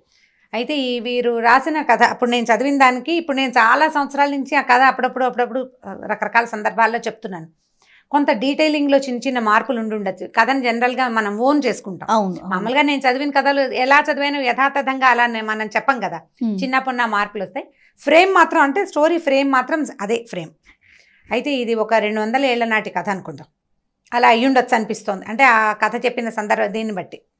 అప్పట్లోనట ఒక గాజుల వ్యాపారి ఉండేవాడు. ఓకే. ఈ గాజుల వ్యాపారి అంటే ఇప్పుడు మామూలుగా మనం షాప్కి వెళ్ళి కొనుక్కుంటున్నాం. ఒక 20-30 ఏళ్ళ నాడు, 10-15 ఏళ్ల నాడు, ఇప్పుడు కూడా మరి పల్లెటూళ్ళల్లో కనపడుతుందేమో, గాజుల మలారం అనేవాళ్ళు. మలారం దింపటం అనేది ఒక ప్రోగ్రాం కింద ఉండేదన్నమాట. ఈ గాజులు వాళ్ళు ఏం చేసేవాళ్ళు అంటే ఒక పెద్ద మూటలో ఒక గాజుల పెట్టెలు పెట్టుకుని తీసుకొచ్చుకునేవారు. ఊళ్ళ వెంట తిరిగేవాళ్ళు. ఊళ్ళల్లో గాజులు వేయించుకోవటం అంటే ఇక్కడి నుంచి ఇక్కడ దాకా గాజులు దగ్గరగా వేసేవాళ్ళు. అంటే లూజ్గా ఉండే గాజులు తీసి పక్కన పెట్టే రకంవి కాదు, గాజులు ఉండాలి చేతి నిండా. అవి పూర్తిగా దాదాపుగా పోయినాక అప్పుడు మళ్ళీ కొత్త గాజులు ఎక్కించుకునేవాళ్ళు. ఎవరికి వాళ్ళు గాజులు వేసుకునే సిస్టమ్ పాతకాలంలో ఉండేది కాదు. ఈ గాజులు అతను వీళ్ళ చేయి పట్టుకుని నొక్కి దగ్గరగా ఉండే గాజులు వేసేవాళ్ళు. పని పాటలు చేసుకునేవాళ్ళు కదా, వదులుగా అటు ఇటు కదులుతున్న గాజులు పగిలిపోతాయి త్వరగా. మట్టి గాజులు వేసుకోవటం అంటే ఇప్పుడు దగ్గరగా గుత్తంగా ఉన్నాయనుకో, చేతి నిండా ఉన్న గాజులు ఏ పని చేసినా పగలవు, చిన్నగా సవడి చేస్తూ ఉంటాయి. గాజుల చేత్తో అన్నం పెట్టడం అనేది ఒక ఏమనాలంటే రకరకాల సేయింగ్స్లో గాజుల చేత్తో అన్నం పెట్టడం అనేది ఒక సేయింగ్. అయితే ఈ గాజుల వ్యాపారి ఉండేవాడు. ఈయన చాలా దేవీ భక్తుడు. ఓకే. అయితే ఆయన పేరేదో కానీ ఆయన దుర్గా అనేవాడు. ఎప్పుడు దుర్గా దుర్గా నేను రామ అంటుంటాను నేను, అలా ఆయన దుర్గా దుర్గా అనేవాడు. ఈ దుర్గా ఎట్లా అంటే కనపడ్డ అమ్మాయి దుర్గే, గాజులు వేయించుకునే అమ్మ తల్లి దుర్గే, అందరూ దుర్గలే. అతను అలా దుర్గా దుర్గా అని ఎప్పుడు దుర్గని తలుచుకుంటుంటే ఆయన దుర్గాదాస్ అని వాళ్ళట. అయితే ఈ దుర్గాదాసు ఊళ్ళ వెంట తిరుగుతుండేవారు, గాజులు వేసేవాడు. అయితే ఒకసారట ఆయన ఒక ఊరు నుంచి రెండో ఊరికి వెళ్ళాలంటే అప్పుడు నడకదారులే కదా, అప్పుడు ఇలా ట్రాన్స్పోర్టేషన్ అవి ఉన్నవి కాదు. ఈ నడక దారిలో ఆయన వస్తూ ఉంటే ఒక చెరువు పక్క నుంచి వెళ్తున్నాడు. ఆ చెరువు గట్టున ఒక అమ్మాయి కనపడింది ఆయనకి. అమ్మాయి మరీ చిన్నపిల్ల కాదు, ఒక 25-30 సంవత్సరాల లోపల వయసు ఉంటుంది. అందంగా చక్కగా బాగుంది. ముక్కుకి ఒక ముక్కు పుడక, రెండో ముక్కుకి బేసరి. పాత రోజుల్లో అలా ఉండేవి కదా, 2 ముక్కు పుడకలు ఉండేవి. అక్కడి నుంచి సర్వాలంకారాలతోటి అమ్మాయి చక్కగా ముత్తైదు పెళ్ళైన అమ్మాయి కనపడి పిలిచి గాజులేస్తావా అని అడిగింది. అయితే ఇంత నిర్జనంగా ఉంది ఈ అమ్మాయి ఇక్కడ ఎందుకుందంటే, ఆ అమ్మాయి చేతిలో బిందు ఉంది, మంచినీళ్ళకి వచ్చిందని అనుకున్నాడు. ఓకే, నేను ఆ ఊరు వెళ్తున్నాను, నువ్వు ఆ ఊరు వెళ్ళిపోతున్నావు, నేను ఇంటికి వెళ్తాను, నువ్వు నాకు గాజులు వెయ్యి అని చెప్పి చెయ్యి అందించింది. అందించేసరికల్లా ఈయన ఏం చేశాడు, సరే ఒక చెట్టు కింద దింపాడు మల్లారం. పెద్దవాడు, ఒక 50 ఏళ్ళు ఉండుంటాయి బహుశా. అమ్మాయి చెయ్యి అందిస్తే ఎర్రవి బాగున్నాయి, ఆకుపచ్చవి బాగున్నాయి, పసుపచ్చవి బాగున్నాయి అంటే 3 రంగుల గాజులు చేతుల నిండా వేశాడు. పిల్లని చూస్తే కలిగిన అమ్మాయి లాగానే కనపడుతుంది. ఈ అమ్మాయి దగ్గర డబ్బులు ఉండవని అతను ఎందుకు ఊహిస్తాడు? గాజులు వేయించుకుని ఏదో తృణమో పణమో, అప్పుడు పెద్ద ఖరీదులు కాదు, కాసు, అరకాసు, పావల, 10 రూపాయలు బేడలు కాణీలు ఉండే రోజులు, అణాలు అర్ధనాళ్ళు ఉండేవి. అయితే ఇవి వేసిన తర్వాత ఈ అమ్మాయి ఏం చెప్పిందంటే, నువ్వు ఈ ఊరు వెళ్తున్నావు కదా, ఫలానా శివాలయం ఉందా, శివాలయం పక్కన కర్ణం గారి ఇల్లు ఉందా, ఆ పక్క సందులోంచి కొంచెం లోపలికి వెళ్తే ఒక ఎత్తరుగుల ఇల్లుంది, ఆ ఇల్లు మాదే, మా నాన్నగారు ఉంటారు, ఈ గాజులకు డబ్బులు నువ్వు అక్కడ తీసుకో ఓకే అని చెప్పింది. చెప్పేసరికల్లా అదేమిటి నువ్వు డబ్బులు లేకుండా ఎందుకు వేయించుకున్నావని అదని అతను అనలా. ఎందుకంటే ఇది అతను పనే కానీ అదే వ్యాపకంగా చేస్తున్నాడు కానీ వ్యాపారంగా చేయటం లేదు ఆయన. ఇలా స్త్రీ రూపంలో ఈ అమ్మాయిలకి గాజులు వేస్తూ అమ్మవారికి గాజులు వేసినంత సంతోషించేవాడు. అతనికి వచ్చిన కొంత సంపాదనే అతనికి చాలు, ఏదో ఇచ్చింది పుచ్చుకునేవాడు అంతే. సరే ఏమన్నాడు, ఈ అమ్మాయి బిందె పుచ్చుకుంది, ఇంకా నేను నీళ్ళు తెచ్చుకోవాలి, నువ్వు వెళ్ళిపోతున్నావు కదా, వెళ్ళి తీసుకోమంది. మా నాన్నగారి ఇంటికి వెళ్ళు, మా అత్తారు ఇల్లు ఇది, మా నాన్నగారు ఊరు ఆ ఊరు, మా అత్తారు ఊరు ఈ ఊరు అని చెప్పింది. చెప్పేసరికల్లా మా నాన్నని అడిగి డబ్బులు తీసుకోమంటే ఈయన బ్యాగ్ అంతా సర్దుకున్నాడు. బయలుదేరుతుంటే ఓవేళ మా నాన్నగారు ఆయనకి నా మీద కోపంగా ఉంది, మా అత్తారి మీద కోపం వచ్చింది, మాకు అమ్మాయి లేదు, నేను ఇవ్వనంటాడేమో, మా దేవుడి గదిలో కుంకుమభరణి ఉంది, దేవుడి మందసాన్లోనే కుంకుమభరణి ఉంది పాతది, అందులో కాసుంది, అది తీసి ఇవ్వమన్నానని చెప్పి. ఆయన కాదంటాడు, నువ్వు గట్టిగా పట్టుకో, నువ్వు గాజులు ఎన్నేసావు, డబ్బులు తీసుకోవాలి కదా, కాబట్టి ఆయన కాదన్నా సరే ఈ మాట చెప్పి డబ్బులు తీసుకో అని చెప్పి. సరే అన్నాడు. ఆ అమ్మాయిని అక్కడ వదిలిపెట్టి ఈయన సంచి తాను తట్టాబుట్టా సర్దుకుని ఆ ఊళ్ళోకి వెళ్ళాడు. శివాలయం వచ్చింది, దండం పెట్టుకున్నాడు, కర్ణం గారి ఇల్లు కనపడింది, పలకరించాడు, పక్క సందులోంచి లోపలికి వెళ్ళాడు. ఎత్తరుగుల ఇల్లు. అయితే ఇల్లు పెద్దదే కానీ బాగా పేదరికంలో ఉన్న ఇల్లే అది.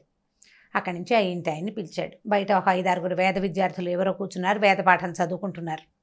ఈ అమ్మాయి అన్ని కాకేశాడు. అయ్యా, మీ అమ్మాయికి గాజులు వేసానండి చెరువు దగ్గర, డబ్బులు ఇప్పిస్తే వెళ్తానండి అన్నాడు. అమ్మాయా, ఎవరమ్మాయి, ఎవరింటికి వచ్చావు నువ్వు అని అడిగాడు.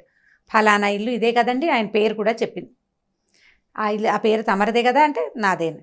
ఫలానా ఇల్లు ఇలాగని చెప్పింది, గుర్తులు, నేను వచ్చాను, మీరు ఇలాగే అంటారని అమ్మాయి చెప్పింది కూడా. డబ్బులు ఇప్పించండి బాబు, లక్షణమైన బిడ్డ, అంత పిల్లని కాదనుకుంటారా అన్నాడు. మీకు తగదాలుంటే సొంత పిల్లని కాదనుకుంటారా ఎవరైనా అనేసరికి ఈయనకు అర్థం కాదు. పిల్లని కాదనుకోవటం ఏమిటయ్యా, నాకు అసలు ఆడపిల్లలే లేరు, అమ్మాయిలు లేరు నాకు అన్నాడు. అనేసరికల్లా భలేవారు మీరు ఇట్లాంటి మాట అంటారు, ఇంత మాట అన్నారు, అమ్మాయి చెప్పింది, ఇంత మాట అంటారా, ఎంత కోపం వస్తే మాత్రం, ఆడపిల్లని కాదనుకుంటే ఎలాగండి, తీసుకొచ్చి డబ్బులు ఇవ్వండి అన్నాడు. మెల్లిగా జనం చేరటం మొదలుపెట్టారు. గాజులు వాడు రావటం ఏమిటి, వీళ్ళింట్లో డబ్బులు అడగటం ఏమిటి, ఈ వేద విద్యార్థులు చదువు మానేసి వాళ్ళు నోటు తెచ్చుకుని చూస్తున్నారు ఏమిటో జరుగుతోందని. పల్లెటూరు కదా, కాస్త గట్టిగా మాటలు దొరలేసరికి 4 ఏళ్ళ వాళ్ళు చేరతారు, ఒక్కొక్కళ్ళు వింటున్నారు ఏమిటో సంభాషణ జరుగుతుందని. ఈయన అవునంటాడు, కాదంటాడు, అతను అవునంటాడు. ఇక విసుగొచ్చి ఏమన్నాడంటే, అయ్యా అమ్మాయి చెప్పింది, మీ ఇంట్లో పూజా మందసంలో కుంకంభరణ పాతది ఉందిట, ఆ తెరిచి చూడు అందులో కాసు ఉంటుందని చెప్పింది అమ్మాయి. ఆ కాసైనా తెచ్చి నాకు ఇవ్వండి. నేను వద్ద పోనీలేమ్మా, ఆడపిల్లవి, నీకు గాజులు వేసాను, మీ నాన్నకి ఇష్టం లేకపోతే పోనీలేమన్నాను. కాదు గాజులకు నువ్వు డబ్బులు తీసుకోవాల్సిందేనని చెప్పింది. బంగారం లాంటి బిడ్డ, నువ్వేం తండ్రివయ్యా, పట్టుకురా కాసు పట్టుకురా, ఆ కాసు తెచ్చివి నాకు, అమ్మాయి నన్ను తెచ్చుకోమంది అన్నాడు. ఈయన తెల్లబోయాడు. మా ఇంట్లో దేవతా మందిరంలో అసలు కుంకుమభరణ ఉండటం ఏమిటి, మా ఇంట్లో కుంకుమభరణ లేదన్నాడు. ఆ భరణ ఏం లేదు మా మందసంలో, చెప్పింది చూడవయ్యా అనేసరికి సరే అందరూ అదేమిటి ఎందుకు చెప్తున్నాడు దుర్గాదాస్, ఈ ఊళ్ళలో తిరిగేవాడే, చూడు అనేసి అన్నారు. చూడమన్నారు. దేవతా మండపంలోకి మందసం దగ్గరికి వెళ్ళాడు. అయితే వాళ్ళ అమ్మగారు, ఆయన తల్లి, ఈయనే కొంచెం పెద్దవాడు, ఓ 50 ఏళ్ళ పైనున్న ఆయన, ఆవిడ కడు వృద్ధురాలు, ఇంట్లో ఉంది పెద్ద ఆవిడ. ఆవిడకి జ్ఞాపకం వచ్చింది లీలగా, ఒక పాత కుంకుమభరణ వాళ్ళ దేవతా మందసంలో ఒక పక్కన చిన్న మీట లాంటిది, అది నొక్కితే అక్కడ ఒక కుంకుమభరణలు అవి పెట్టుకునే, ఎందుకంటే పాత రోజుల్లో బీరువాలు అవి ఉండేవి కాదు కదా, ఈ దేవతా మందిరాల్లో. తర్వాత ఏమో పందిరి మంచాల లోపల అట్లా చిన్నవి అల్మర్లు ఉండేవి, వస్తువులు దాచుకోవడానికి. దొంగల భయాలు అవి ఉండేవి కదా. అయ్యా మన దగ్గర ఈ మీట నొక్కితే ఇది తెరవబడుతుంది అని చెప్పింది. తీరా తెరిస్తే కుంకుమభరణ బయటకు వచ్చింది. ఆయన చాలా ఆశ్చర్యపోయాడు. ఈ అమ్మాయి ఎవరు, ఈ గాజుల వాడేమిటి, మన ఇంట్లో ఉన్న మందసం ఇన్ని సంవత్సరాలు వచ్చింది, ఇంత వయసు వస్తే ఇందులో ఇలాంటిది ఉందని నాకు తెలియకుండా ఎవరో పిల్లకి రోడ్డు మీద ఎక్కడో దారిలో కనపడ్డ పిల్లకి తెలియటం ఏమిటి, మా అమ్మకి తెలిసిన సంగతి. ఆయనకి లోపల నుంచి ఒక ఉద్వేగం వస్తుందన్నమాట, ఎట్లా ఇది బయటికి తెలిసింది అని. ఆయన ఏం చేశాడు, కుంకుమభరణలో చేయి పెట్టాడు, కాసు తగిలింది, కాసు ఇట్లా తీసాడు బయటికి, ఇంకో కాసు కనపడుతోంది. ఇది ఎడం చేతిలో పెట్టుకున్నాడు. ఆ కనపడిన రెండో కాసుని తీస్తుంటే ఇంకో కాసు కనపడుతోంది కింద, ఆ చేతిలో పెట్టుకున్నాడు. మళ్ళీ తీసాడు, తీస్తూ ఉంటే ఒక్కో కాసు బయటికి వస్తూనే ఉంది. ఆయన ఈ పట్టుకున్నవాడు అట్లా కూలబడిపోయాడు. వాళ్ళ అమ్మ, భార్య, ఓ ఇంత పిల్లవాడు, మగపిల్లలు ఉన్నారు ఆయనకి, ఆడపిల్లలు లేరు. అప్పుడు వాళ్ళ అమ్మగారు ఏం చెప్పారంటే, ఇది చాలా పురాతనమైన పూజా మందిరంలో ఈ ఒక కాసు మనకు అమ్మవారు, మా తాత అంటే నాయన వాళ్ళ ఆయన తల్లి తాలూకు తాత కాదు, తండ్రి తాలూకు తాతగారు అర్చించేవారట ఆ కుంకుమభరణలో ఉన్న ఆ ప్రతిమని. తర్వాత కాలంలో అర్చన మానేశారు, అది అలా లోపల ఉండిపోయింది. ఈ కాసులు పట్టుకునేసరికల్లా ఈయనకి ఉద్వేగం తట్టుకోలేక దుఃఖం వస్తుంది.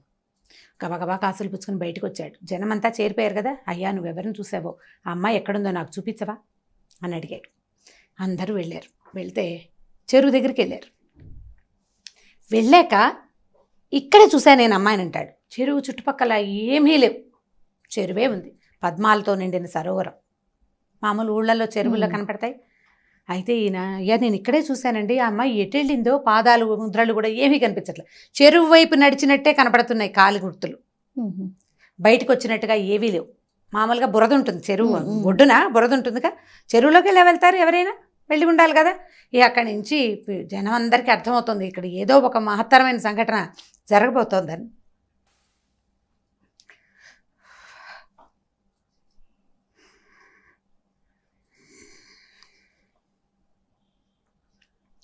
సరే దుర్గాదాసు పిలిచాడు. నేను ఒక అమ్మాయికి గాజులేసాను. జనం అంతా చెరువు దగ్గరికి చేరారు. ఊళ్ళో వాళ్ళంతా వస్తున్నారు, ఇక్కడ ఏదో జరగబోతోందని తెలుస్తోంది. అక్కడి నుంచి ఈ దుర్గాదాసు, అమ్మా నేను నీకు గాజులేసానని చెప్పినా కూడా నమ్మలేని పరిస్థితి కనపడుతోంది. వాళ్ళకి అమ్మాయిలే లేరని ఊరంతా సాక్ష్యం చెప్తున్నారు. నేను ఏ తల్లికైతే గాజులేసాను ఆమె ఇక్కడ కనపడితే కానీ ఇప్పుడు నమ్మరు. ఈ విషయం నేను ఎట్లా చెప్పానో కూడా నాకు తెలియటం లేదు అని చెప్పి ఈయన గట్టిగా ఎలుగెత్తి దుర్గా దుర్గా అని పిలిస్తే చెరువులోంచి 2 చేతులు వచ్చినాయి పైకి. రెండు చేతులకి ఎరుపు, పసుపు, ఆకుపచ్చ గాజులు ఫుల్గా ఉన్నాయట చేతుల నిండా. ఈ పైకి వచ్చిన చేతుల్ని ఆ ఊరంతా చూసింది. వాళ్ళు ఏమనుకున్నారంటే ఒక శక్తి, ఒక బ్రాహ్మడి ఇంట్లో 100 సంవత్సరాల పైగా నిక్షిప్తం అయిపోయి లోపల ఉండిపోయిన శక్తి నన్ను పూజించే సమయం వచ్చింది అని బయటికి రావడానికి ఆమె చేసిన ప్రయత్నం ఏంటంటే, ఒక గాజులు అతని పూర్వజన్మ పుణ్యం, అతను చేసుకున్న పుణ్యం అవుతున్నారు అంటే ఈ కథలో ఉన్న శక్తి అలాంటిదన్నమాట. అంటే భగవంతుడు తనని తను ప్రకటితం చేసుకోవాలంటే ఎలాగైనా చేయొచ్చు. శక్తి అది. ఇప్పుడు దేవుడు అంటే మగవాడే కాదు కదా, మగవాడికి మూలం తల్లి. ఆమె తనకి తాను బయటికి రావాలని గనక ప్రకృతి భావిస్తే ఈ రకంగా ఎవరికైనా ప్రత్యక్షం కావచ్చు. దానికి ఋషీశ్వరులు మునీశ్వరులు వాళ్ళే కావక్కర్లేదు, ఏమక్కర్లే. ఏ కుటుంబంలో అయితే ఆమె ఆనుచానంగా సంవత్సరాల తరబడి పూజలు అందుకుని తర్వాత కొంత గ్యాప్ తర్వాత మళ్ళీ వాళ్ళకి కనపడాలని అనుకుని దానికి ఈ గాజులతన్ని వ్యాజంగా చేసుకుంది. అతను ప్రత్యక్షంగా ఆమెను చూశాడు, పట్టుకుని గాజులు వేశాడు చేతికి. ఎందుకంటే ఆయన అందరి ప్రతి అమ్మాయిని ఆయన దుర్గగానే భావించేవాడు. అమ్మవారికే గాజులు వేస్తున్నంత భక్తి ప్రపత్తులతోటే గాజులు వేశాడు. ఒకవేళ డబ్బు ఇవ్వకపోతే పోనీ అనుకునేవాడట. ఎవరు ఇవ్వగలిగిన తల్లి దగ్గర తీసుకుని, ఏ పిల్లైనా ఆడబిడ్డకి చేతులకి గాజులు ఉండాలి కదా, ఎవరికైనా చేతికి గాజులు ఉండాలి. ముత్తైదు పిల్లకి గాజులు లేకపోతే ఎట్లా? ఇవ్వగలిగిన వాడు ఇస్తాడు. ఇవాళ ఇవ్వకపోతే వచ్చే సంవత్సరం ఏ ఒడ్లో మినుములో పెసలో ఇస్తారని వేసేవాడట. అతని దగ్గరున్న ఆ లక్షణానికి మెచ్చి ఆమె స్వయంగా అతని దగ్గరకు వచ్చి గాజులు వేయించుకుని అక్కడికి వెళ్ళి తీసుకోమని. ఇప్పుడు ఎవరైతే పూజ చేయాలో వాళ్ళు ఆమెను చూడలేకపోయారు. చూడండి, చిత్రమైన సంగతి కదా. ఈ చెరువులోంచి చేతులు పైకి రావడం, ఆ చేతుల నిండా ఉన్న గాజులు ఉంగరాలు దగదగాయమానంగా ఉన్న ఆ చేతులు ఆ ఊరంతా చూసింది. స్పృహ తప్పి పడిపోయాడట దుర్గాదాస్. ఆ తర్వాత ఈ కథ అట్లా నడిచింది. మళ్ళీ వాళ్ళ ఇంట్లో మళ్ళా లలితా పూజ అందుకుంది. వాళ్ళకి ఐశ్వర్యం వచ్చింది. వాళ్ళు చాలా పేదవారు అయిపోయారు ఆ కుటుంబం వాళ్ళు. ఆ తర్వాత మళ్ళీ అక్కడ బాగా వాళ్ళకి అన్ని రకాల సంపదలు వృద్ధి పొందినాయి. అయితే ఇది ఎవరో ఒక కుటుంబం గురించి చెప్పించిన కథ కూడా అయి ఉండాలి. నేను చదివాను, కానీ ఆ రాసిన వారి మహానుభావులు వారి పేరేమిటో నేను నాకు జ్ఞాపకం పెట్టుకోలేకపోయాను. చిన్నతనము మొదటిది, ఆ రోజుకి ఆ ధ్యాస లేకపోవటం. ఏదో పత్రికలో వచ్చింది చదివాను. మళ్ళీ తలుచుకుంటూ ఉంటే నాకు అది చాలా ఉద్వేగభరితంగా అనిపించింది. ఇది నా జీవితంలో చదివిన అత్యద్భుతమైన అతి తక్కువ కొన్ని కథల్లో ఇదొక కథ. ఎవరికైనా ఈ రైటర్ తెలుసుంటే ఆ రైటర్ పేరు వారెవరో మహానుభావులు నాకు తెలియజేస్తే వాళ్ళకి బాగా రుణపడి ఉంటాను నేను. ఎందుకంటే ఎప్పటి నుంచో ఇప్పుడు నేను ఎంతమందికి చెప్పుంటానో, చెప్పిన ప్రతిసారి ఇదే ఉద్వేగం, ఇదే ఆనందం కలుగుతుంది జయ నాకు. ఎందుకంటే భగవంతుని మనం తెలుసుకోవటం ఒక రకం. మనం మామూలుగా చెప్తాం దేవుడు ప్రతి చోట ఉండలేక తల్లి రూపంలో జన్మించాడు, అందుకని ఆయన తల్లే దేవుడుగా మనకి ప్రతి విషయానికి వస్తుందని. కొంతకాలం మన అమ్మ మనకి దేవుడు, తర్వాత మనం దేవుళ్ళం అవుతాం మన పిల్లలకి. ప్రతి స్త్రీ కూడా దేవస్వరూపమే. అయితే ఈ దైవ స్వరూపాల్లో ఒక్కొక్కళ్ళు కొంచెం ఇబ్బంది పడి ఇందులో నుంచి తొలగిపోతున్నారు కూడా. పాపం వాళ్ళకి భగవంతుడు ఇచ్చింది అది, అందులో నుంచి తొలగిపోమని. కానీ ఎవరైనా సరే ఇలా ఉండవలసిందే. ఇలాంటి దాన్ని మనకి కలిగించింది ఒక శక్తి ఏదో ఉంది కదా. ఆ శక్తిని గురించి మనం ఇట్లాంటి కథలు తెలుసుకుంటే మనం ఈ దేవుడు లేడు, ఇలాంటిది ఏదీ లేదు, ఇలాంటి భావన నుంచి బయటపడిపోతామని అనిపిస్తుంది. కానీ మామ్ స్టార్ట్ చేసిన డే 1 నుంచి మన ఇద్దరం ఎన్నో వీడియోస్ చేసాం రామ్ గారు. ఫస్ట్ టైం నేను మిమ్మల్ని చూశాను. ఒక స్టోరీ మధ్యలో మీరు ఆగిపోయి మళ్ళీ రీస్టార్ట్ చేయటం అనేది ఇది బహుశా ఫస్ట్ వీడియో అనుకుంటాను. ఈ కథలో ఉంది కదా జయ, ఈ కంటెంట్లోనే అలాంటిది ఉంది. ఎంత చిన్న మామూలు వాడికి, మామూలు మనిషికి, మామూలు వ్యాపారస్తుడికి దేవి సాక్షాత్కారం జరగటం అనేది చాలా అత్యద్భుతమైన సంగతి. ఇలాంటివి ఇంకొక 2 కథలనంటే నాకు చాలా ఇష్టమైన కథలు. ఈ కథ నాకు చాలా ఎంత హాట్ ఫేవరెట్ అంటే, దీనంత ఇష్టమైన కథ నిద్రలో కూడా నేను తలుచుకునే కథ ఇంకొకటి లేదు. చాలా అత్యద్భుతమైన కథగా తోస్తుంది. ఎవరో మహానుభావులు. అయితే నేను ఒక అమ్మాయికి ఈ కథ చెప్తే తను నెట్లో ఇంగ్లీష్లో ఈ కథ చదివాను, బ్యాంగిల్ సెల్లర్ అని ఈ కథ చదివానని చెప్పింది తను నాకు. కానీ తన కూడా ఆథర్ ఎవరో తెలియదు. ఓకే, అంటే ఈ ఎక్సైట్మెంట్ తనకి కలగల కథ చదివితే. నేను చెప్పినప్పుడు వచ్చింది ఆ అమ్మాయికి, ఆ ఇంగ్లీష్లో కథ చదివితే ఇలాంటిది అమ్మవారి చేతిలో వచ్చినాయని రాశాడు, గాడెస్ కనపడిందని రాశాడు అని చెప్పింది అనమాట. బట్ నేను ఇంటర్నెట్లో సెర్చ్ చేశాను, కానీ నేనేం సాధించలేకపోయాను ఆ కథను. అంటే సరిగ్గా మనం అడగాలి కదా ఈ స్టోరీ అని, రైటర్ పేరు ఏదైనా స్టోరీ పేరు చెప్పాలి. నేను 2 చెప్పలేకపోయాను, దాంతో నేను తెలుసుకోలేకపోయాను. ఈ కథ తెలుసుకోండి అమ్మా, పిల్లలకి వీలైతే కథ చెప్పగలిగితే దీన్ని బ్రీఫ్ చేసుకుని చెప్పండి, మొదటిది. తర్వాత ఎవరికైనా ఈ రైటర్ పేరు కనుక తెలిస్తే, అంటే ఇది డీటెయిలింగ్ మారిపోయింది, నా భక్తి కూడా తోడైంది కదా, నాకు కూడా అమ్మవారి మీద ఉన్న భక్తి దీనికి తోడైంది. అందుకని కథలో కొంత డీటెయిల్స్ మారిన, ఫ్రేమ్ మాత్రం ఇదే కథ. రైట్. అమ్మవార్లకి సంబంధించిన కథలు గతంలో మనం కొన్ని మాట్లాడుకున్నాము. ఈ మధ్య ఎక్కువగా మనం ఎక్కువ చేయలేదు కదా, అందులో మనం సిరీస్ లోకి వెళ్ళాం కదా. సో ఏదైనా ఒక అమ్మవారి కథ చెప్పుకుందామండి. దేవి భాగవతం నుంచి ఒక కథ చెప్తాం. మామూలుగా మనం ఎట్లా చెప్పుకుంటాం, పూజ ఒక విధానం ప్రకారం చేయాలి. ఆ విధి విధానాలని పాటిస్తేనే అమ్మవారి అనుగ్రహం లేదా అయ్యవారి అనుగ్రహం కలుగుతుంది. ఏ విధానము తెలియని వాడిని కూడా అమ్మవారు అనుగ్రహిస్తుంది అని చెప్పే కథల్లో ఈ భాగవతంలో మనకి చాలా కథలు కనిపిస్తాయి. నా ఫేవరెట్ కథ ఇది సుదర్శనుడి కథ. ఈ సుదర్శనుడు అంటే ఒక రాజుగారి అబ్బాయి. ఇతను ఈ రాజుగారి అబ్బాయి అంటే మామూలుగా రాజరికపుల వ్యవస్థలోనే ఇప్పటి రాజులు కాదు కదా, పాతకాలపు రాజులు, సూర్యవంశం చంద్రవంశానికి చెందిన రాజులు చాలా పూజా విధానాల్లో ఉండేవాళ్ళు. అంటే వీళ్ళ తప్పనిసరిగా సంధ్యావందనం చేయాలి, రాజు తప్పకుండా నిత్యాగ్నిహోత్రిగా ఉండాలి, ఎక్కడికి వెళ్ళినా తప్పకుండా సంధ్యావందనం విధి చేసి తీరాలి. ఇది కృతయుగం నాటి కథే, ఎప్పటిదో చాలా పాత కథ అనుకుందాం. అయితే అంత పాత కథ అయినా కూడా అప్పుడు కూడా ఏ విధానము తెలియని వాళ్ళని అమ్మవారు అనుగ్రహిస్తుంది, భగవద్ అనుగ్రహం వాడికి దొరుకుతుంది అని చెప్పడం కోసమే ఈ కథ చెప్పబడింది అనమాట. అయోధ్య నగరానికి ధృతసంధి అనే ఒక రాజుగారు ఉండేవారు. ఈ అయోధ్య నగరపు రాజులకి అప్పుడు వివాహాలు, రాజులకు 2 పెళ్ళిళ్ళు 3 పెళ్ళిళ్ళు అవ్వడం చాలా సహజమైన సంగతి, పెద్ద విచిత్రం ఏం కాదు. ఈయనకి 2 భార్యలు ఉండేవారు. 2 భార్యలకి చెరుకో కుమారుడు ఉన్నారు, చిన్నపిల్లలు. అయితే పిల్లలు చిన్నవాళ్లుగా ఉండంగానే ఆయన మరణించారు. వేటకెళ్ళి ఒక సింహం బారిన పడి రాజుగారు అయోధ్య నగరాధిపతి మరణించారు. మరణిస్తే ఇప్పుడు ఈ 2 రాణులకి చెరుకో అబ్బాయి ఉన్నారు కదా, వాళ్ళిద్దరికీ వయసు ఎక్కువ వ్యత్యాసం లేదు. కానీ సాధారణంగా లోకసహజంగా పెద్దరాణి కుమారుడే రాజు అవటం సహజమైన సంగతి. పెద్దరాణి కుమారుడు జ్యేష్ఠుడు. పెద్దరాణి గారి పట్టపురాణి అయిన మనోరమాదేవికి ఓ కొడుకు సుదర్శనుడు, అతని పేరు. 4-5 సంవత్సరాల చిన్నపిల్లాడు, మెతకవాడు పిల్లాడు, మందకొడిగా ఉండేవాడు. బాగా మాటలు రాల. మనం ఇప్పుడు కూడా అట్లా పిల్లలు కనిపిస్తారు, 4 ఏళ్ళు వచ్చినా మాటలు రావు, ఎప్పటికో వస్తాయి. అయితే 2వ రాణి గారికి లీలావతీదేవికి కొడుకున్నాడు. వాడు మంచి చురుకైన పిల్లవాడు. ఒక 15-20 రోజుల వ్యత్యాసం ఉంది 2 అబ్బాయిలకి. కానీ జ్యేష్ఠుడే కదా, 10 రోజులు పెద్దవాడైనా పెద్దవాడే. అయితే ఏమైంది, రాజుగారు మరణించంగానే అప్పట్లో పద్ధతి ఏమిటి, రాజుగారు కనుక మరణిస్తే ఆ ఉత్తర క్రియలు అవి చేశాక పెద్ద కుమారుడు ఎవరైతే వాళ్ళని శాస్త్రోక్తంగా రాజుని చేసి మిగిలిన కథని మంత్రులు, సైన్యాధిపతులు, రాజ్యాంగమే నడిచిపోతూ ఉంటుంది. పిల్లాడికి కొంచెం బాగా వ్యక్తత వచ్చాక కాస్త విద్యాబుద్ధులు అవి నేర్పించి పూర్తి రాజరికాన్ని అబ్బాయి చేతిలో ఎప్పటికో పెట్టేవాడు.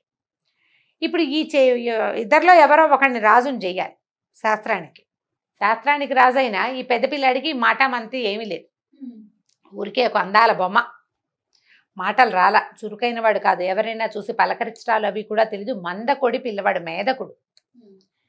అయితే ఏమైంది, ఈ 2 రాణుల తండ్రులు రంగంలోకి దిగారు. మా మనవడు జ్యేష్ఠుడు కాబట్టి మా వాడినే ఎక్కించాలని మనోరమాదేవి తండ్రి. జ్యేష్ఠుడైన వీడికి మాట మంతి లేదు, చురుకైన వాడు కాదు కాబట్టి నా పెద్ద వ్యత్యాసం లేదు కాబట్టి మా మనవడిని ఎక్కించాలని 2వ భార్య లీలావతి తండ్రి అయినటువంటి యుధాజిత్తు 2 దిగారు రంగంలోకి. దిగేసరికల్లా మామగారులు 2 ఫైటింగ్కి పూనుకున్నారు.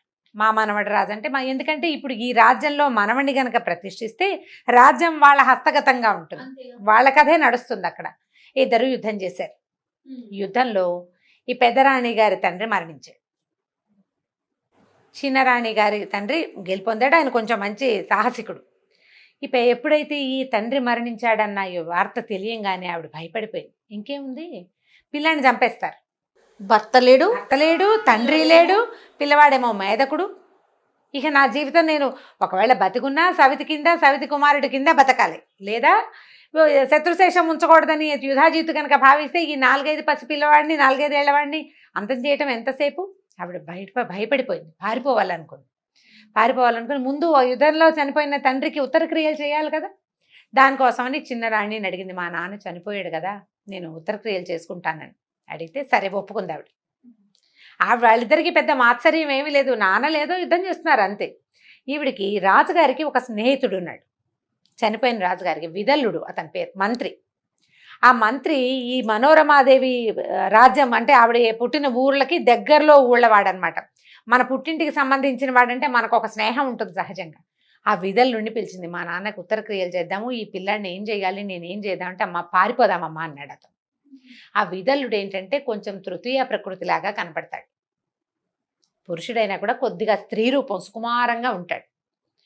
దాంతో అతనితో ఈవిడికి స్నేహం ఉంది కొంత.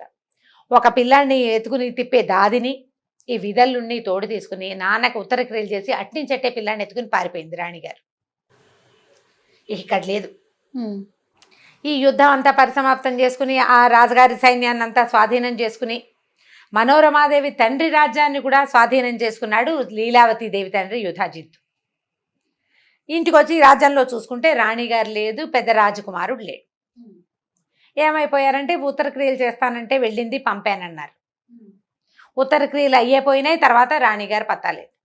ఇక వెతకటం మొదలుపెట్టారు. ఏంటంటే శత్రుశేషాన్ని ఉంచకూడదు. రాజ్యానికి రాజు కావలసిన వాడు ఒకడంటూ ఉంటే ప్రజలకి ఎప్పుడూ పెద్ద కుమారుడి మీద ఉంటుంది, అది తీసేయాలి. ఈయన ప్రయత్నం చేయటం మొదలుపెట్టాడు. ఈ పారిపోయిన ఈవిడ విదల్లుడు ధాత్రితో కలిసి ఎక్కడికో దిగంతాలకి పారిపోయి ఈ అయోధ్య నగరం నుంచి ఇంచుమించు కాశీ దాకా వెళ్ళిపోయింది ఆవిడ. వెళ్తే అక్కడ భరద్వాజ మహర్షి ఆశ్రమానికి చేరుకుంటే ఈ మేధకుడైన పిల్లవాడు, ఒక దాసి, ఒక కాస్త మెత్తగా కనబడే మంత్రితోటి తన దగ్గరకు వచ్చిన ఈ రాణిగారికి భరద్వాజ మహర్షి ఆశ్రయం ఇచ్చాడు. ఆశ్రమంలో ఉండమన్నాడు. ఉండమంటే అంత మహారాణి పాపం, రాజుగారి పట్టపురాణి అంటే సింహాసనం మీద కూర్చోగలిగే ఆవిడ ఈ కుమారుణ్ణి బతికించుకోవడం కోసం ఇంకా ఆవిడ అక్కడ ఉండిపోయింది. రోజులు గడుస్తున్నాయి. యుధాజిత్తుకి ఇక తెలిసిపోయింది రాణిగారు ఇక్కడ ఉంది అని. ఆయన భరద్వాజ ఆశ్రమానికి మీదకి ఆశ్రమం మీదకి దండెత్తి రాల. అప్పట్లో ఋషి ఆశ్రమాలని దండెత్తటము, వాటిని ఏదైనా చేయటము అలాంటి ప్రక్రియలకి పూనుకునేవాళ్ళు కాదు. దానికి దగ్గరలో ఉన్న ఒక రాజ్యంలో విడిది చేసి భరద్వాజుడికి కబురు చేశాడు, నీ దగ్గరున్న ఈ మనోరమాదేవిని ఆ పిల్లాడిని నాకు అప్పచెప్పమని. భరద్వాజుడు శతవిధాలా నేను అప్పచెప్పను అనేసాడు. అప్పచెప్పను, ఆ అమ్మాయికి సహాయం లేదు, ఆవిడకి రాణిగారికి సహాయం లేదు, తండ్రి లేడు, భర్త లేడు, అబల, ఆవిడేం చేస్తుంది? నువ్వు ముందొచ్చి ఉంటే ఏం చేసేవాడినో, ఆమె ముందొచ్చింది.